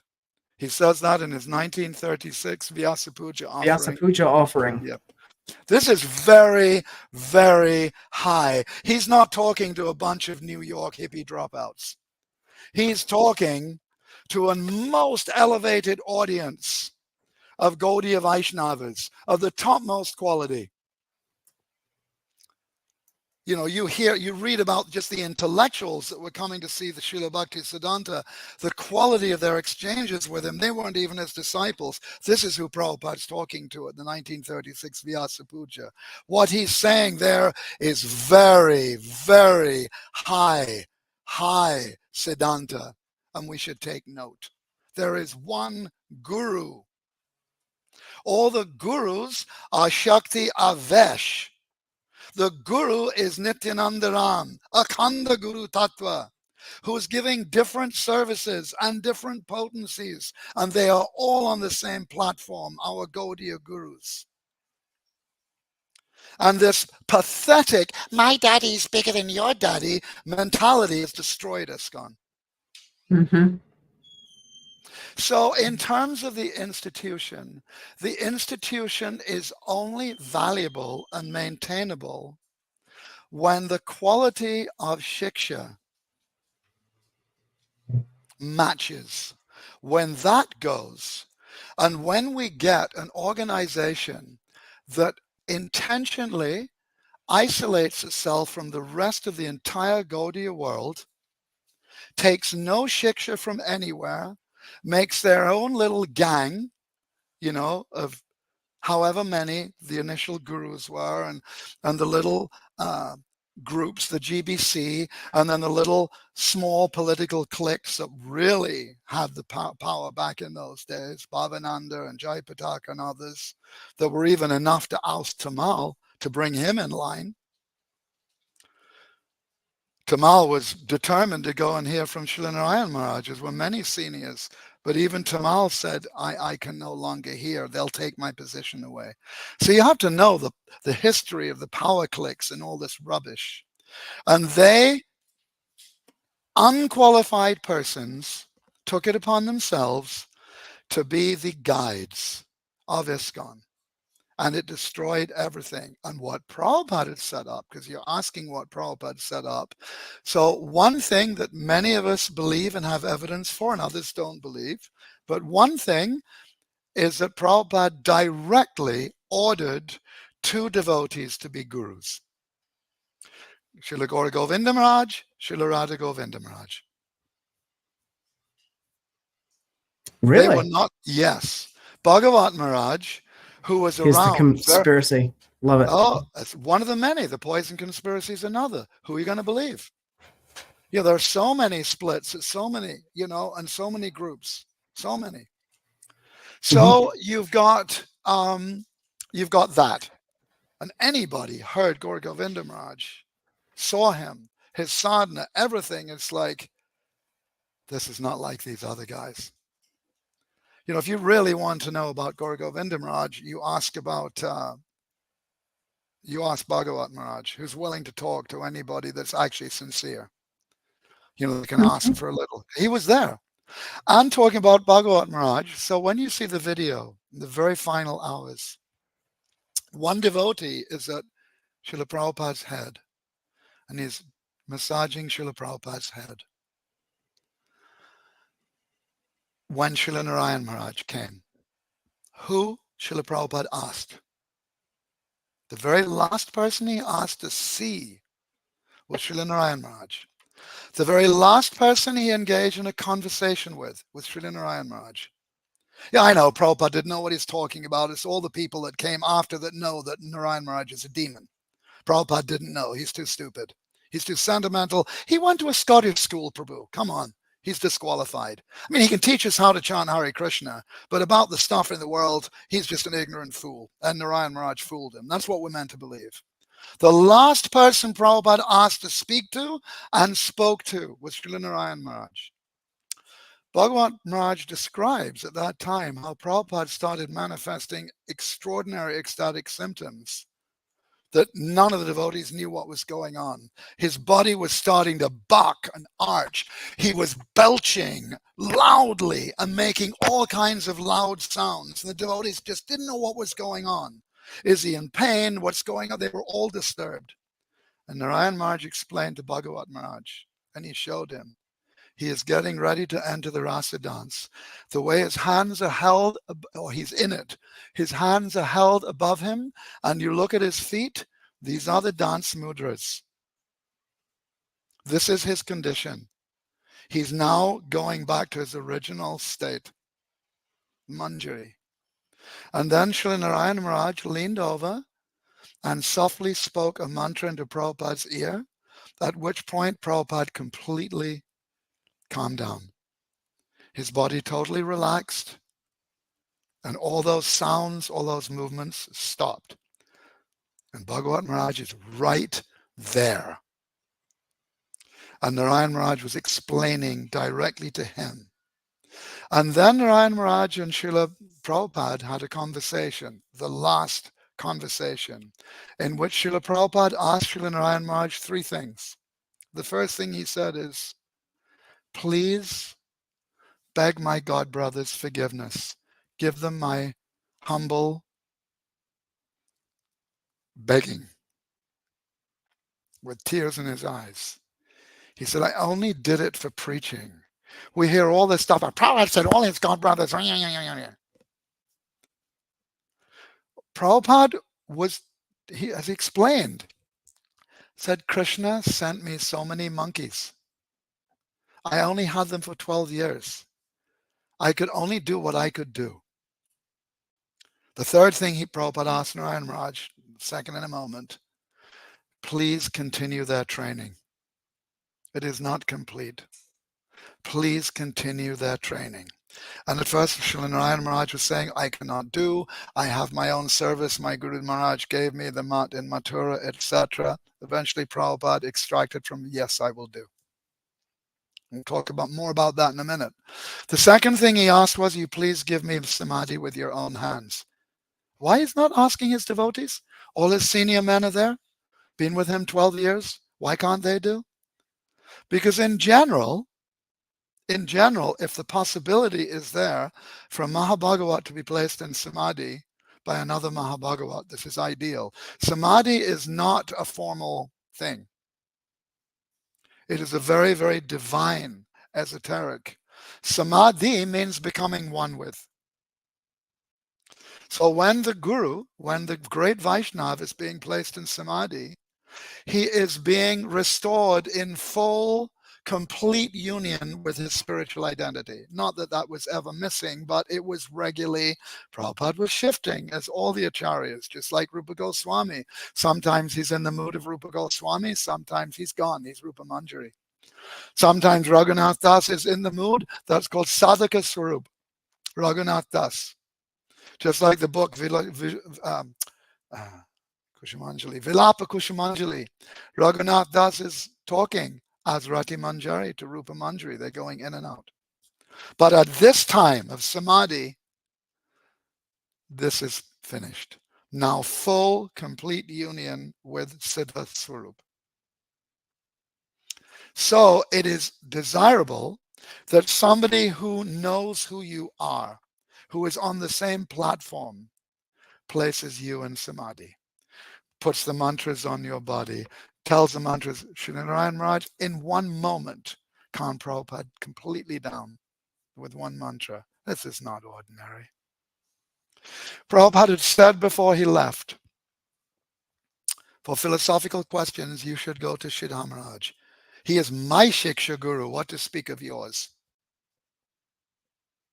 Do you know how many devotees in ISKCON even still make offenses towards Srila Siddha Maharaj?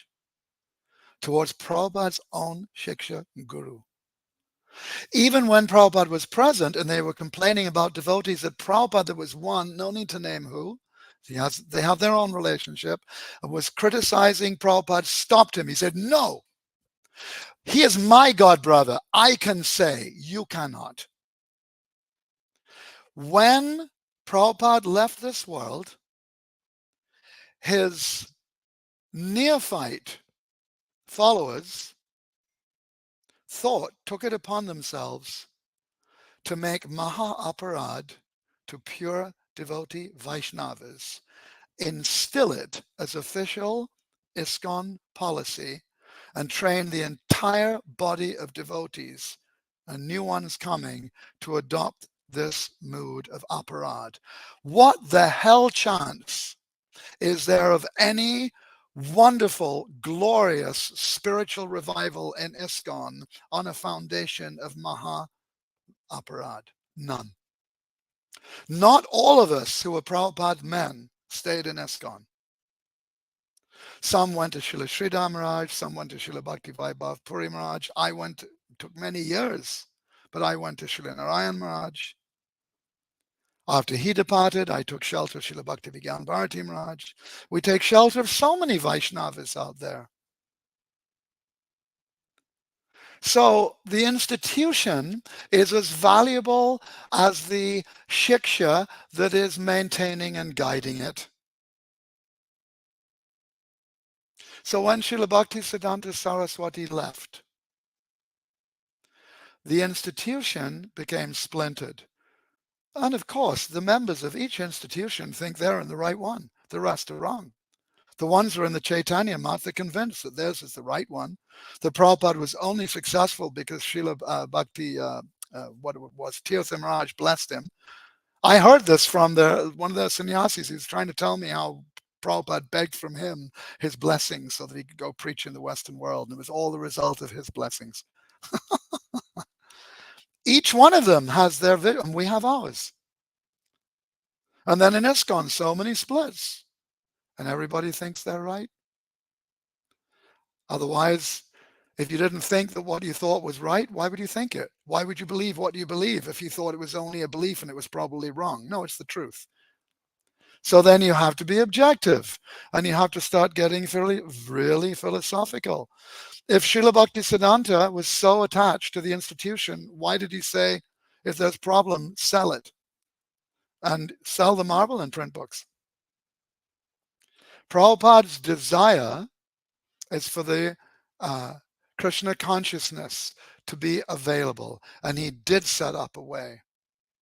He gave the right to initiate, the order to give Diksha to such qualified persons. Srila Radha Govinda Maharaj is still present, but he's very sick, very weak heart in Vrindavan. He doesn't speak English really either. And he was not the same nature as Gaura Govinda Maharaj, who was such a warrior. Such a warrior. He told the devotees, you take shelter of Srila Sridhar Maharaj and you take shelter of Srila Narayan Maharaj.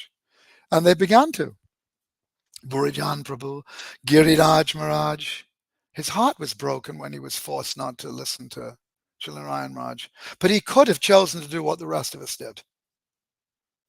Leave ISKCON, because it's in the hands of not good people. It's been spoiled. I understand Srila Prabhupada more since I came to Srila Narayan Maharaj than in the 30 or however many years previous to my coming. As soon as I read his book, Gaudavani Pracharane, my heart and mind exploded.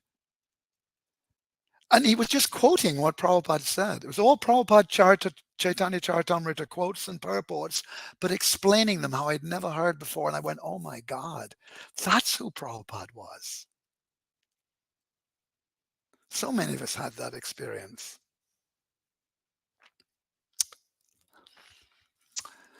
In my world, Srila Prabhupada gave me Srila Narayan Raj.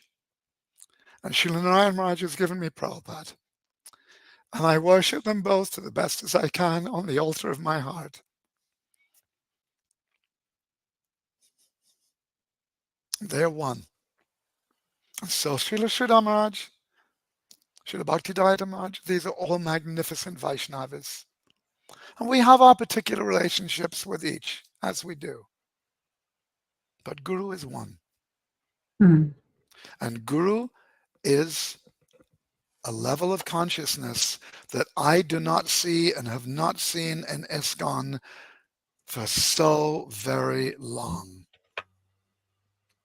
And so there is no process. The first thing they have to do is acknowledge the aparaj they made and crawl with straw in their mouth to the Gaudiya mouth as a whole, to their Grand Guru's institution, and beg forgiveness.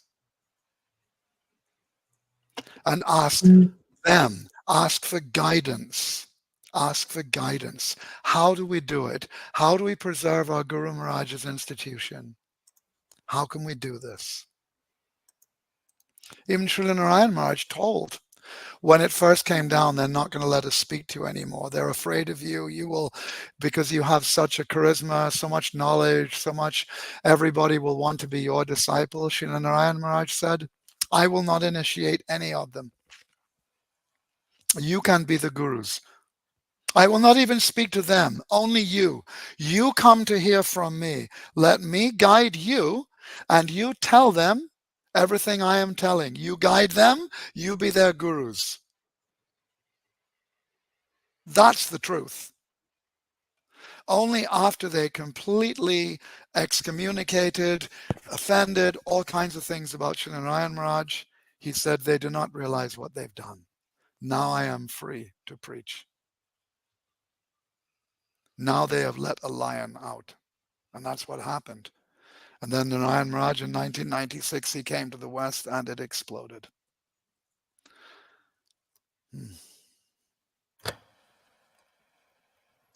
Thank you for sharing, Prabhu. Thank you. You're welcome. One last thing. I know it's time to go. You've got things. We cannot approach these spiritual needs from a platform of practical logic and recognizing the practical logic of the Ritvik or this or that or the other. Everything has to be under the guidance of a spiritually enlightened person, of a guru. There must be shiksha. In the absence of a qualified diksha, there must be shiksha. This is the lesson of Chaitanya Charitamrita. The diksha guru is identical to Krishna's rupa. The siksha guru is identical to his swarup. They are both equally glorious and worshipable. They are both completely pure devotees. Without the guidance of a pure devotee, the institution, the religion, everything is going all over the place, and it's being ruled by materially compromised logic and sentiment. I would like to share something with you. Yes. Prabhu, if I may. Your show. It kind of welds this together. At the moment, we're in the second anniversary of the New Zealand Parliament occupation, which was the 23-day occupation of Parliament grounds and the continuous Sankirtan Yajna that took place there, which is where we met. And every day I've been posting photos and videos from it. And a few days ago, I saw this video where I said, I just want to address something here and not step over it. And that's this apparent division between the devotees that is happening here. Because of course there were devotees who were there and were chanting, and then there were devotees who were saying, "No, don't go. You can't go." Denouncing. Because the GVC prohibited them to go there, to Yeah. not wear the attire of devotees, to not distribute prashadam, to not distribute books. So that was thing. And if the people that did, which my husband did, they were denounced. And so, at the time, I made this video, and I said, generally, something like this happens when there is some kind of offense to a Vaishnava, because I said this is what they're saying, that there has to be like there's a time, place, and circumstance consideration for the chanting of the holy name is nama parad. But behind that, there will be some other earlier offense that has happened that's caused them to become deviated in this way. And what I see the deviation is, and how it's manifested, is that it has become that what is displaced Nam Tattva, Guru Tattva, just following the instructions of the spiritual master, is a concern for Pratishta in an Asuric society. And where they argue from is not, we are commanded to chant. They argue from, what will the demons think about the chanting, and will we still get money? I'm like, it's completely ass backward. Like, we don't care what happens. We're here to chant. And then what will happen as a result of the chanting.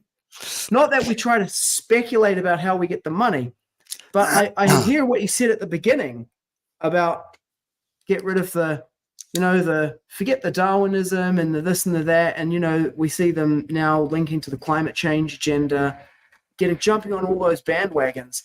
It's all a manifestation of this displacement of Siddhanta and the mission.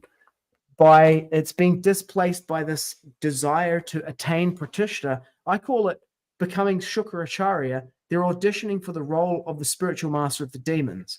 It's like the demons are going to run the future. It's going to be whatever they say, transhumanism, WEF, surveillance, totalitarian, whatever it is. And hopefully we'll be the spiritual masters and break the coconuts at the climate change summit and blow the conch at the WEF.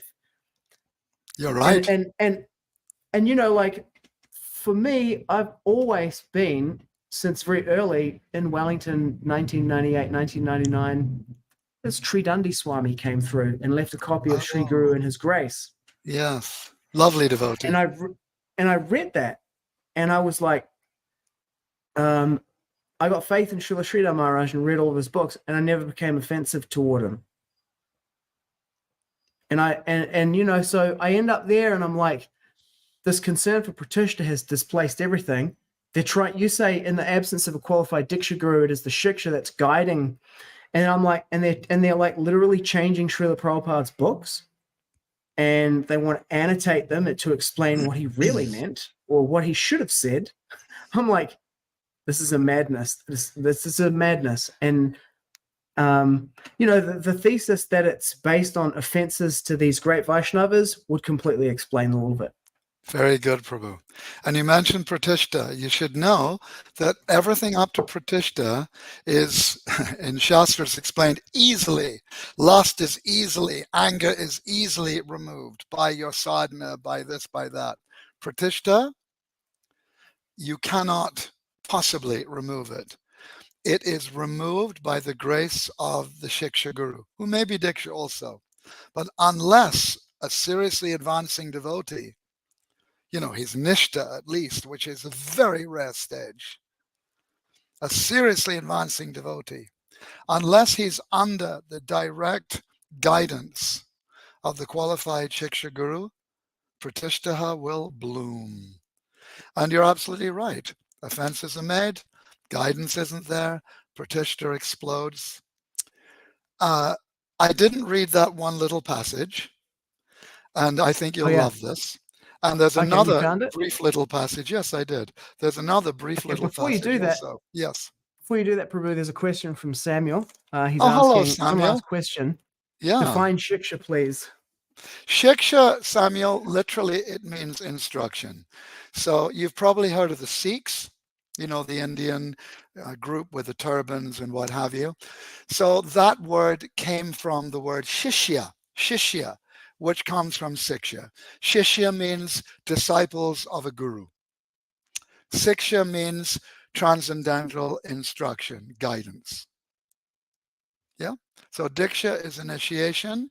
It means mantras are given which provide, dikshas divide in diksha. Di means divya gyan, that the really qualified disciple receives a seed in their heart of their original identity, or receives the nourishment of that seed, you can say. Divya gyan, divine knowledge, who you are. And ksha refers to the removal of sins.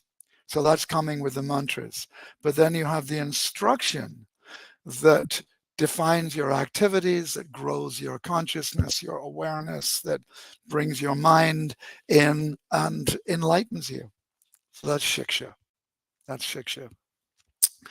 So the And could first you thing, actually, I got one question yeah, myself before you go to there. yeah. And that's maybe you could define for the listeners pratishta, because we mentioned that, and that might just be like, hey, what are they talking about? Yes. So there's, what are they? There's kamini, and there's kana, I can't remember the word, and pratishta. These mean the desires Kanishta? for pratishta. Did I say Kanishta? kanishta? No. No, no, no. Kamini, which is lust or desire for woman or man or whatever else is on the menu these days. There's another conversation we get into. No, wrong. There's a desire for wealth, kanaka. Not kanaka. Why? Getting older, the words get anyway. And pratishta, which is the desire for fame, distinction, followers, glorification. It's food for the ego. Pratishtaha. Destroys everything. But of course, when it masquerades as mature, responsible management, it's called good reputation or public relations. Yes. So when you see the underlying, then you can see what it's done out there. Mhm. But go look for the core, and then everything else. Like Prabhupada said, here's $1 million, all your $100 questions are answered. Here's the core principle underlying it all. You'll understand everything else automatically. Yeah. So in that, you did raise a very interesting, well, shouldn't we try to cooperate? So you've got the, shouldn't I try to cooperate? Shouldn't I do what's right? Both things are there. Govinda Maharaj absolutely tried to cooperate till the point where, although he was in perfect health, he went to Mayapur and he told his servant and closest devotees, I am leaving. Why? Because they're not letting me fulfill my service. Prabhupada ji told me I must preach all around the world to all the devotees. They will not let me in any of the zones. So he tried to cooperate, but at the same time, in the context of fulfilling the commands of his guru. He didn't try to cooperate by giving up the commands of his guru so that would work. You see the difference? So then he left. He left the world. So in the same way, there's plenty of instructions that if your guru, what to speak of spiritual management authorities, then you've got nobody higher to go to somehow or other because they've taken over. If what they are teaching is false and you know it's false, it goes against Shastra, then you have every right to reject them. First, you pull them aside for private conversation, and then you reject. We are not a democracy, a demon crazy. We are followers of truth.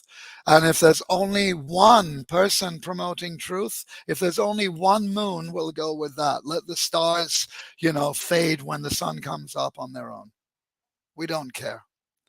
So, these politics, there's one other small quote. You're going to love it. These are two quotes. So this first one is from Srila Bhakti Pragyan Keshav Maharaj. In the final analysis, it can be safely concluded that in truth, any philosophy which has the propensity to dilute, divide, and confuse the rational, logical, or factual understanding of the Supreme Lord's personal form, and you can include Sri Nam Prabhu and Sankirtan in that. So I'll reread that now, because thinking of your circumstance in New Zealand, in the final analysis, it can be safely concluded that in truth, any philosophy which has a propensity to dilute, divide, and confuse, Sankirtan, the rational, logical, or factual understanding of the Supreme Lord's personal form, Sankirtan, has at some juncture been influenced by the deceptive forces of Mayavadism. Remember, I told you earlier he'd already defined Mayavad, atheism, Anyabilas, complete Pratishta, Asura, they're all the same. Envy of Krishna, Pratishta. It's all about me. Yes. An objective observation of the modern global society. He wrote this in the 1930s, by the way, but just think how appropriate today. An objective observation of the modern global society reveals that the symptoms of Kali Yuga are abundantly evident. It is a nefarious age of deception and trickery, feint and counterfeit, misinformation and disorganization.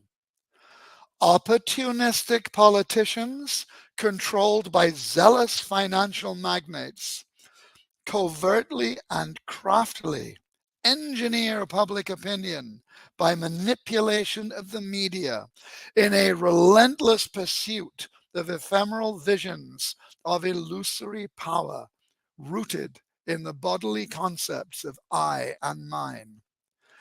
These personalities and their respective ideologies are without doubt the true deputed agents of Mayavadism.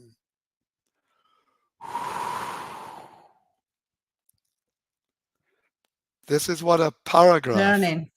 this is what one paragraph of a Mahabhagavat can sound like. Here's one other thing that very much in relation to what you're saying. And this is a summation, give me a minute to find it, of an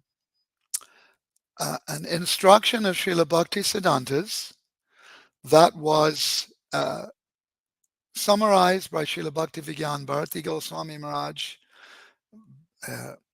in the disciplic succession coming under Srila Bhakti Dayata Madhava Maharaj, who was very close to Srila Prabhupada. In fact, Srila Prabhupada sent, I believe he sent Bhagavat Maharaj and I think Achyutananda Prabhu and others to go and live with Srila Bhaktidayata Maharaj. The majority of devotees in ISKCON have no idea of the reality of the relationships between Prabhupada and his godbrothers. They've just got this convenient propaganda that, it's like how the church owns. Everybody else is a demon. We are the only way that you can approach God or Guru. You cannot come to Christ other than through us. You cannot come to Prabhupada other than through us. I mean, I can completely understand why Ritvik developed. But to me, it was completely off the track. I didn't want to find another group of wannabe gurus who also didn't know anything. I wanted to find another guru who could teach me. Anyway, I got away from that a little bit. Search. All right, here. No, I did just realize that while you were reading Bhakti Pujyan Keshav Maharaj's thing, is that my presentation of what I was saying about initiation in ISKCON, prior to that part of the conversation, you definitely would have not been able to hear anything except cutting off. It would automatically and axiomatically include cutting everything off from all other spiritual authorities, because Ritvik is it includes the rejection of the Srila Prabhupada's God brothers. Ritvik as it's known in ISKCON. Yes. And it's built on top of that. Yes. Yeah. It's all sitting on top of the fences. And what you don't know about Ritvik, or I'm assuming, Ritvik is founded on an offense. The whole leader of the Ritvik movement, a fellow named Krishnakanda Desai, never met Prabhupada, has no initiation, no devotional practices, was an anti-cult expert deprogrammer employed by and paid by the British government. And he is the guru of the Ritwik movement, the one that's really promoted. This is a very methodical, intelligent, demonically intelligent attack. The demons are not fools. Oh They're no, they are not. No, Ravana knew They're all very the clever. Vedas, 10 heads for the 10 angas of the Veda. Yes, Prabhu, I think this we can leave this Ritwik initiation on the Yes, background forget. for another topic. I'm not cutting you off there. No, but I know. I'm fascinated about to see who is behind the character of the person and who else is associated with that. Because for me, how I understand is I rather not get initiated with these envious bogus gurus that disrespect Srila Prabhupada. A master is a master, and let him be a master, and don't play like I want to be the master. I know better than the master. You know what? Get out of the way, because you're not Of doing course. any service to humanity. Just Yeah. as it is. It's black and white. And this editing that's going on insanely, it's a symptom of that. All of that. They know Exactly. better. Yeah. All of that and many more. We can discuss what other symptoms we're observing right now. So that is a brilliant conversation we can have. The other thing, this Ritwik for me, it's a bit more kind of my safe zone, because I do not want to hear envious people. I don't want to take shelter of an envious person, because that karma will come to me, and I don't want to be envious of Very Srila good. Prabhupada Very good. whatsoever. Therefore, in my world, this is my world, the Ritwik initiation is like, I just want to be directed to Srila Prabhupada, and anyone that direct me to Srila Prabhupada, I just want to be, Okay. going directly. Prabhupada That's is how I not a understand. figurehead. Be very careful. Prabhupada is Yeah. not a figurehead. There is no difference between Srila Prabhupada and his teachings.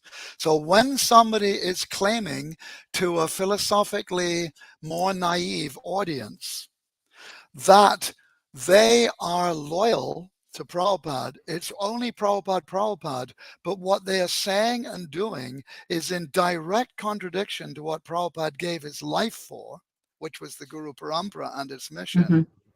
They are the worst kind of cheat. They are the wolf in sheep's clothing. Mhm.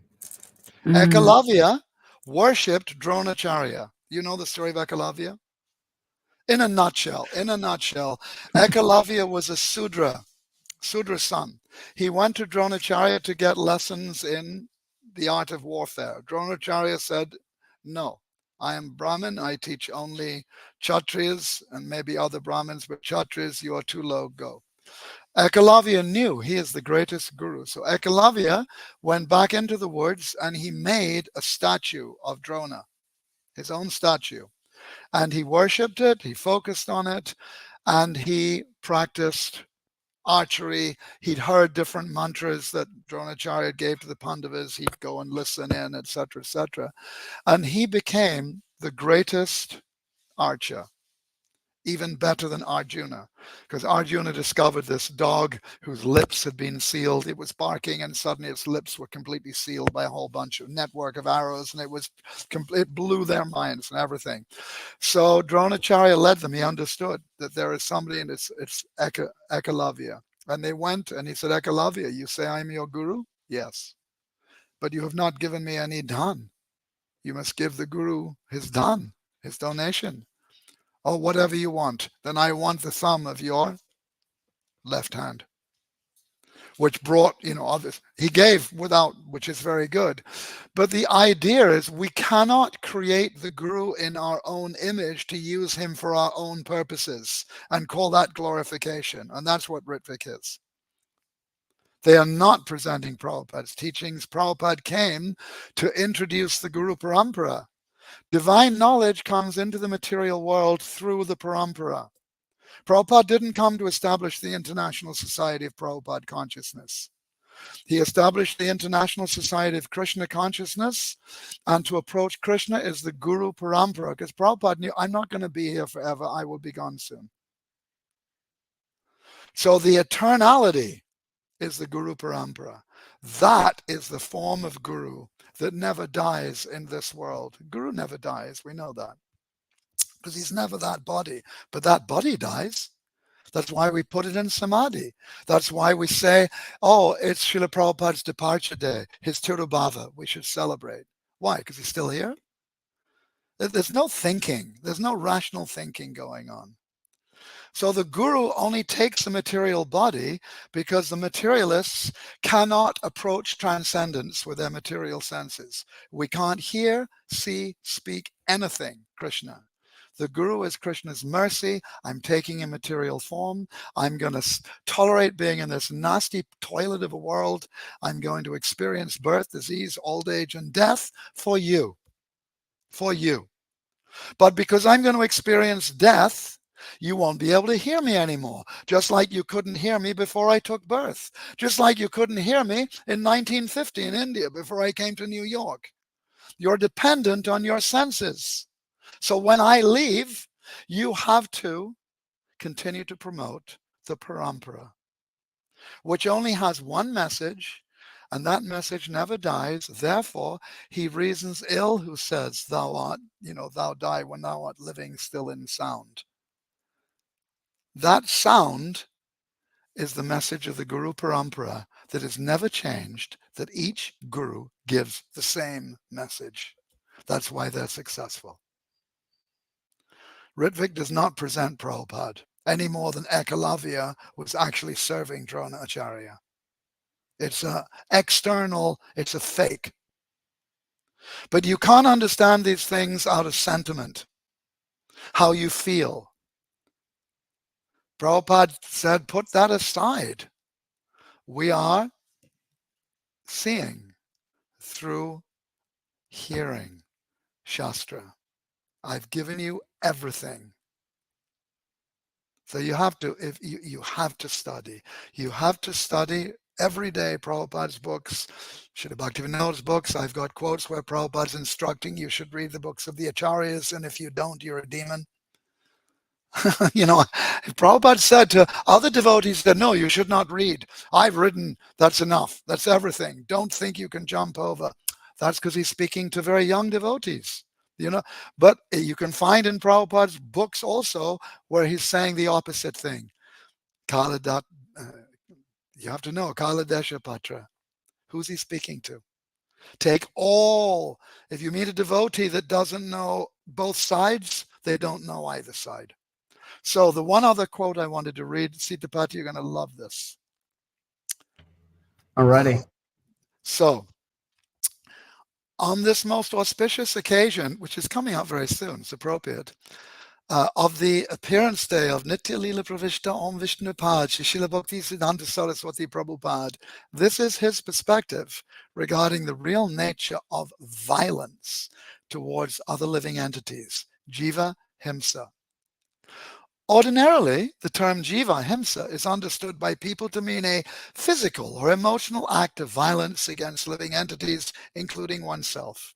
If a person commits suicide, it's said that person has committed Atmahotya, murder of the self. But Srila Prabhupada, that means Srila Bhakti Siddhanta Saraswati, has explained that this is actually not Atmahatya, but rather Sharira Hatya, murder of the body. The question then arises, what is the real meaning of Jiva Himsa? Srila Prabhupada has explained that the Jiva possesses the qualification to attain the highest abode, provided he's undergone the required training and has properly understood the nature of that abode. Actual Jiva Himsa is of two types. One, knowingly or unknowingly attempting to divert the jiva from the path leading to the highest abode. The path of pure bhakti includes Sankirtan, by instructing him to take up another path leading to a temporary destination, such as the paths of Gama, Gyan, Yoga, and so on. And two, abstaining from helping the jiva progress on the path leading to the highest abode. Therefore, real ahimsa, non-violence, is to preach and follow the path of pure bhakti, and not the paths of karma, gyan, yoga, and so on. Unless a person has understood the true substance of this matter, his avoidance of performing jiva himsa more or less goes in vain. Srila Prabhupada is very clearly mentioned in his commentary. Now here's the source for anybody. Well, what's the source? On Gundicha Mondir Marjana Lila Rahasya, that jiva himsa means to have either kunta, hesitation, or kripanata, miserliness, in one's preaching of Shuddha Bhakti, to give Mayavadis, Karmis, or Anyabalasis an opportunity, prashraya, to speak about their philosophies, or to speak solely for the sake of pleasing one's listeners. Welcome to most of ISKCON's preaching, a PR, today. Brahmacharis who are life coaches, what the hell? And you're right, Sitapati, this all is sitting on Maha Aparad to Srila Bhakti Rakshak Sridhar Maharaj, Srila Bhaktivedanta Nayan Maharaj, and other worshipful Vaishnavas who Prabhupada directly told, I can say, you cannot. And at the very end of his presence, cleared it and said, please, Narayan Maharaj, convey my humblest apologies, beg for their forgiveness. I only did it for preaching. To protect children, you can't let children hear all different sounding from charismatic teachers. They'll get completely confused. And then the end result of that is coming out with, a barrage of why I decided that injecting myself with an experimental, potentially poisonous, no manufacturer liability, untested jab was the right decision for me, and you can too. And promoting it and sounding so righteous about it. Absolutely righteous. I know my way is the way, and I know everything. I'm God. So but that's the problem. Take it. So the thing is, the issue isn't the issue. The issue is COVID. That's an example. The issue is I'm guru. I'm not at all. And you're listening to me and you're accepting me as a guru and you're not going looking for a real guru. I mean, look, vaccine or no vaccine, you're going to die soon. You might have a horrible cancer. A bus might land on you. A pigeon might have eaten a nail and dropped it from a great height and it goes right through your skull. I'm sure that one's a brand new one. Different ways to die. But you're going to die soon. That's not the big issue. The big issue is how are you going to live? Meaning your life, like Jesus said, man shall not live by bread alone, but by every word that comes from the mouth of God. And who's carrying that word? Guru, the word made flesh, guru. So if you've got some oaf that's filling your screen and stopping you with his ego and his charisma and the votes of the GBC and whatever else is going on from looking for a real guru, whether he tells you to take a vax or not, doesn't matter. He's killing you. Absolutely. This is, like you say, these are the symptoms of the real big issue going on there. It's just the symptoms. Many people can see it. Some people can see it, but many people cannot see it. That is the unfortunate situation. Whether Krishna, well, obviously, yes, Krishna, everything is under Krishna's control. They're going through that for them to learn a heavy lesson, whatever it is. But at least we must be able to listen to real well-wishers in the world that are so eager to preach, and they are sincere, very sincere. Yes. Are we there yet? And How Did We Get Here Anyway is available now on Amazon.com. Kindle, you can get the paperback by Narasingha, and we've done the first 2 chapters. I think we're up to chapter 3. We're looking forward to completing it and getting to one thing on that. At the end. I must interrupt one thing. Because it's a new book, it's not like showing up on Amazon's algorithms. You have to enter my name, and it may try to change the spelling of my name. I don't understand that at all, and show nothing to do with that book. And underneath it, it'll say, do you mean Narasingha Das, not Narasimha, which is what it changed to. And you click yes, and it'll show my book. If you are interested enough to get the book, then my request is kindly then submit a review after reading off of it that you feel you can leave an honest review. Don't talk about evolution in the review. Just talk about how it affects you, the book, what you think, its value. Because it's reviews that move the algorithm to put a book in front of its potential audience. Reviews more than anything.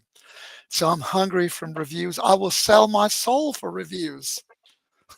No, I won't. Kidding. It's my traditional. Okay. Yeah, I'll come out with my vaccine endorsement in return for views. Oh, Reviews there of you go. Yes. So there's any of the Vax gurus listening, I'll change everything. Just get all your disciples to give me a review. Okay. No. That will be awesome. Let's see how they think. Thank you for coming on, Prabhu. It's Thank been you. a very deep and moving discussion, going through a lot of different spaces. We had a bunch of controversies there. It was great. That's what you wanted. Yeah. Thank exactly. you for giving me an opportunity to serve my gurus, to share some little of what they want spoken. And in that regard, just like in science, real science, one of the qualities of a scientific discussion is that you have to endeavor to falsify the theory. You have to. If you try to control the narrative so that anybody that protests is censored or just mocked or just subjected to all kinds of absurd ad hominems, but not given any place where they can speak back, where it's just pure censorship, that's not science. Similarly, that's not. Oh, thank you. Thank you. Very nice. Hare Krishna, Prabhu. Enjoy it. In any situation where, real dialogue, real debate, disagreement, where it's not allowed, that's not science. That's not spiritual life. In fact, to keep it completely on track, there is a wonderful quote by Darwin that I begin the book with in that regard. He says, "A fair result can only be obtained by fully stating and balancing the facts and arguments on both sides of each question, whether it's vaccinations or any other damn thing." So when there's this mass propaganda and censorship and what you went through, your heroism of leading the Sankirtan party, that was magnificent. That was magnificent, Baba. So who you were up against, that was not, if there are devotees, they are very, very neophyte, and the psychopaths have taken over the asylum. The doctors have left. That's a problem. Yeah, couldn't believe it. I was like, all that reading of the books, all of this, and then the moment comes, and then you're just like, oh no, we throw it all out. We've never chanted in protests. It's always been about getting good relationships and making sure we can get visas and donations. I'm like, what? What just happened? Where is everyone? Yeah, shocking. Yeah, so you've got to take shelter of Guru, Vaishnav, Shastra, not the masses. Even when you come into a spiritual, seeming a religious organization, you're going to leave most of them behind at some point. And like Prabhupada said, at the time of death, you're going to be flying your own airplane on your own. Oh, yes. Mm-hmm. Yeah. Yep. The best is not going to go with them. There are what they call the 11 naked gurus or 11 naked elephants, emperors. They're certainly naked of intelligence, for sure. Yeah. Well, I won't tell. I'm not going to generalize. I'm sure. I don't know if there is any proper guru out of that group. I'm not quite sure. So far, I'm just like, wow. Where is the Satriya defending Srila Prabhupada? Got to leave this on a positive note. on a positive note. We don't finally benefit anything by pointing out what's wrong. The pointing out of what's wrong is to encourage us to come to what's right. So if somebody is sincerely looking for a guru, and you already know what is not a guru, you already know. Don't put your mind into looking at how he's not, how she's not, how they're not, how. Don't just then go internal, say, my dear Srila Prabhupada, because you are guru to me. Prabhupada is our guru. He's not our Diksha Oh, guru yes. now. He's our Shiksha guru. He's our well-wisher. That's true. But he's not our Diksha guru. My dear Srila Prabhupada, my dear Mahaprabhu, Nityananda. And then feel the pain that you have on not having a guru. The pain that you have on not knowing what's what and who you are and what you should really be doing. And cry, please, please send my guru to me. Send me to guru. I beg you. My life is completely worthless otherwise. And make that your meditation. You don't need to meditate anymore on ISKCON and the silly, 11 and however many more and this. You don't need to go there. That's not your business. Your business is, please, my dear Srila Prabhupada, send me someone like you. I want to see you in another form. I want to hear you in another form. I realize that form is gone. But I love you and I need you. I can't live without you. So please send me your very own representative. And thank you for guiding me in this. When I say this, I'm speaking for other people that are in that situation, like confused. What do I do? Because as human nature, we want to be in a group because we are Sure. friendly species, and we want the crowd. You see, We're lemmings. It turns out, yes. But when you say that if something come up immediately to my attention, I brought up the same thing with one person, and actually it's with Mother Abhaya Mudra and Patita Pavana. And Mother Abhaya came back to me and says, a spiritual master is someone that is directing you and guiding you. He's directly what? Directing you and guiding you. And then that's when I noticed, like, okay, wait a minute. They are God directing me and they are guiding me. They are well wishers. What else can I ask for? They are so genuine and so loving with me. Srila Prabhupada, they love you. And then you coming through to me, you sending me your love through these people, through this couple. It's like, this is incredible. Not everyone has this chance, not everyone are blessed. I feel so blessed. We have many gurus. We have many gurus. But Diksha Guru and Shiksha Guru are not conditioned souls. They can give you Krishna. They have Krishna. Vartmana Pradashika Guru is somebody who has such a connection with Guru and Krishna that they can direct you. And you can have many Vartmana Pradashika Gurus. You can have many Shiksha Gurus. And you can feel love and gratitude for all.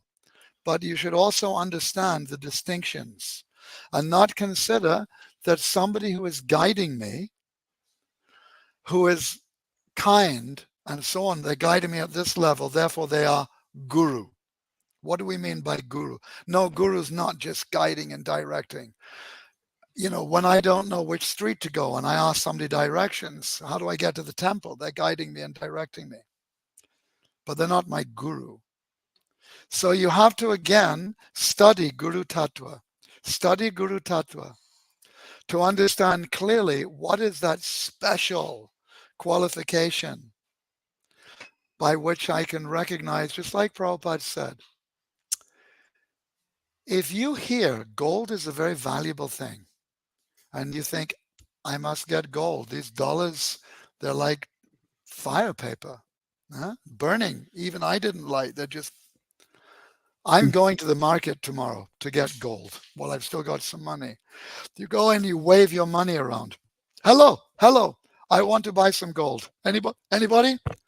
Every shark crook in the place will know he doesn't know what gold is. I'm going in there. His money's mine. If you don't know what is gold, you will get cheated. So you have to become very educated in Guru Tattva. So it's good to have affection and respect for people who are more advanced than you. But just because they're more advanced, just like an ant, he's walking along. Let's say 3 ants walking along, long distance between each. The first ant, a little boy, is just learning to walk, and he's got his shoes on, and he walks right on the ant. He explodes it into oblivion. The next ant down there, there's a Sherman tank, just crushed him. And the other ant, he's much further away, and a meteor from space came and exploded him and, 1,000 miles around. For each of those ants, it is not possible to distinguish between any of those 3 phenomena. They are each so much greater than them. They explode their existence. They are unstoppable, incalculable, the gurus of death. But from our position, we can see, there's a lot of difference between a little child, a tank, and a meteor. Spiritually, we're ants. You must study Shastra, become qualified, or you will be misled by your sentiments. Maybe even correctly led, depending on your Sukriti, but don't count on that. Krishna consciousness demands intelligence. Right. Before you accept anybody as guru, know what is guru. So many of us got fooled so many times on this one, and it's still going on. And many will say, I'm still fooled because I am a disciple of Srila Narayan Maharaj. You cannot argue with one's direct personal experience and realization. It's like prayakshavagam dharmyam.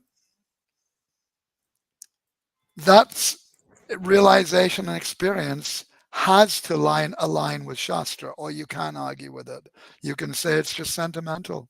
It's just what's coming through your mind and senses.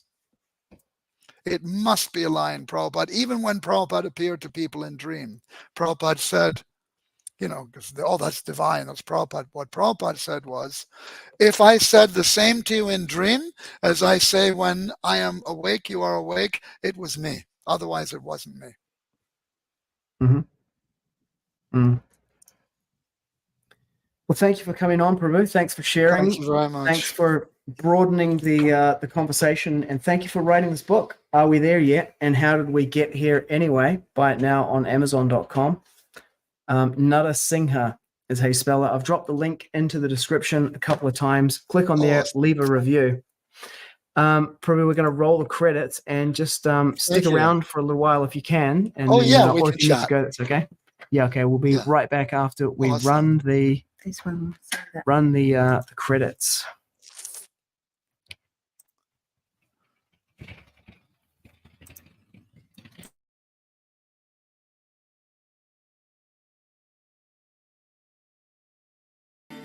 Hare Krishna,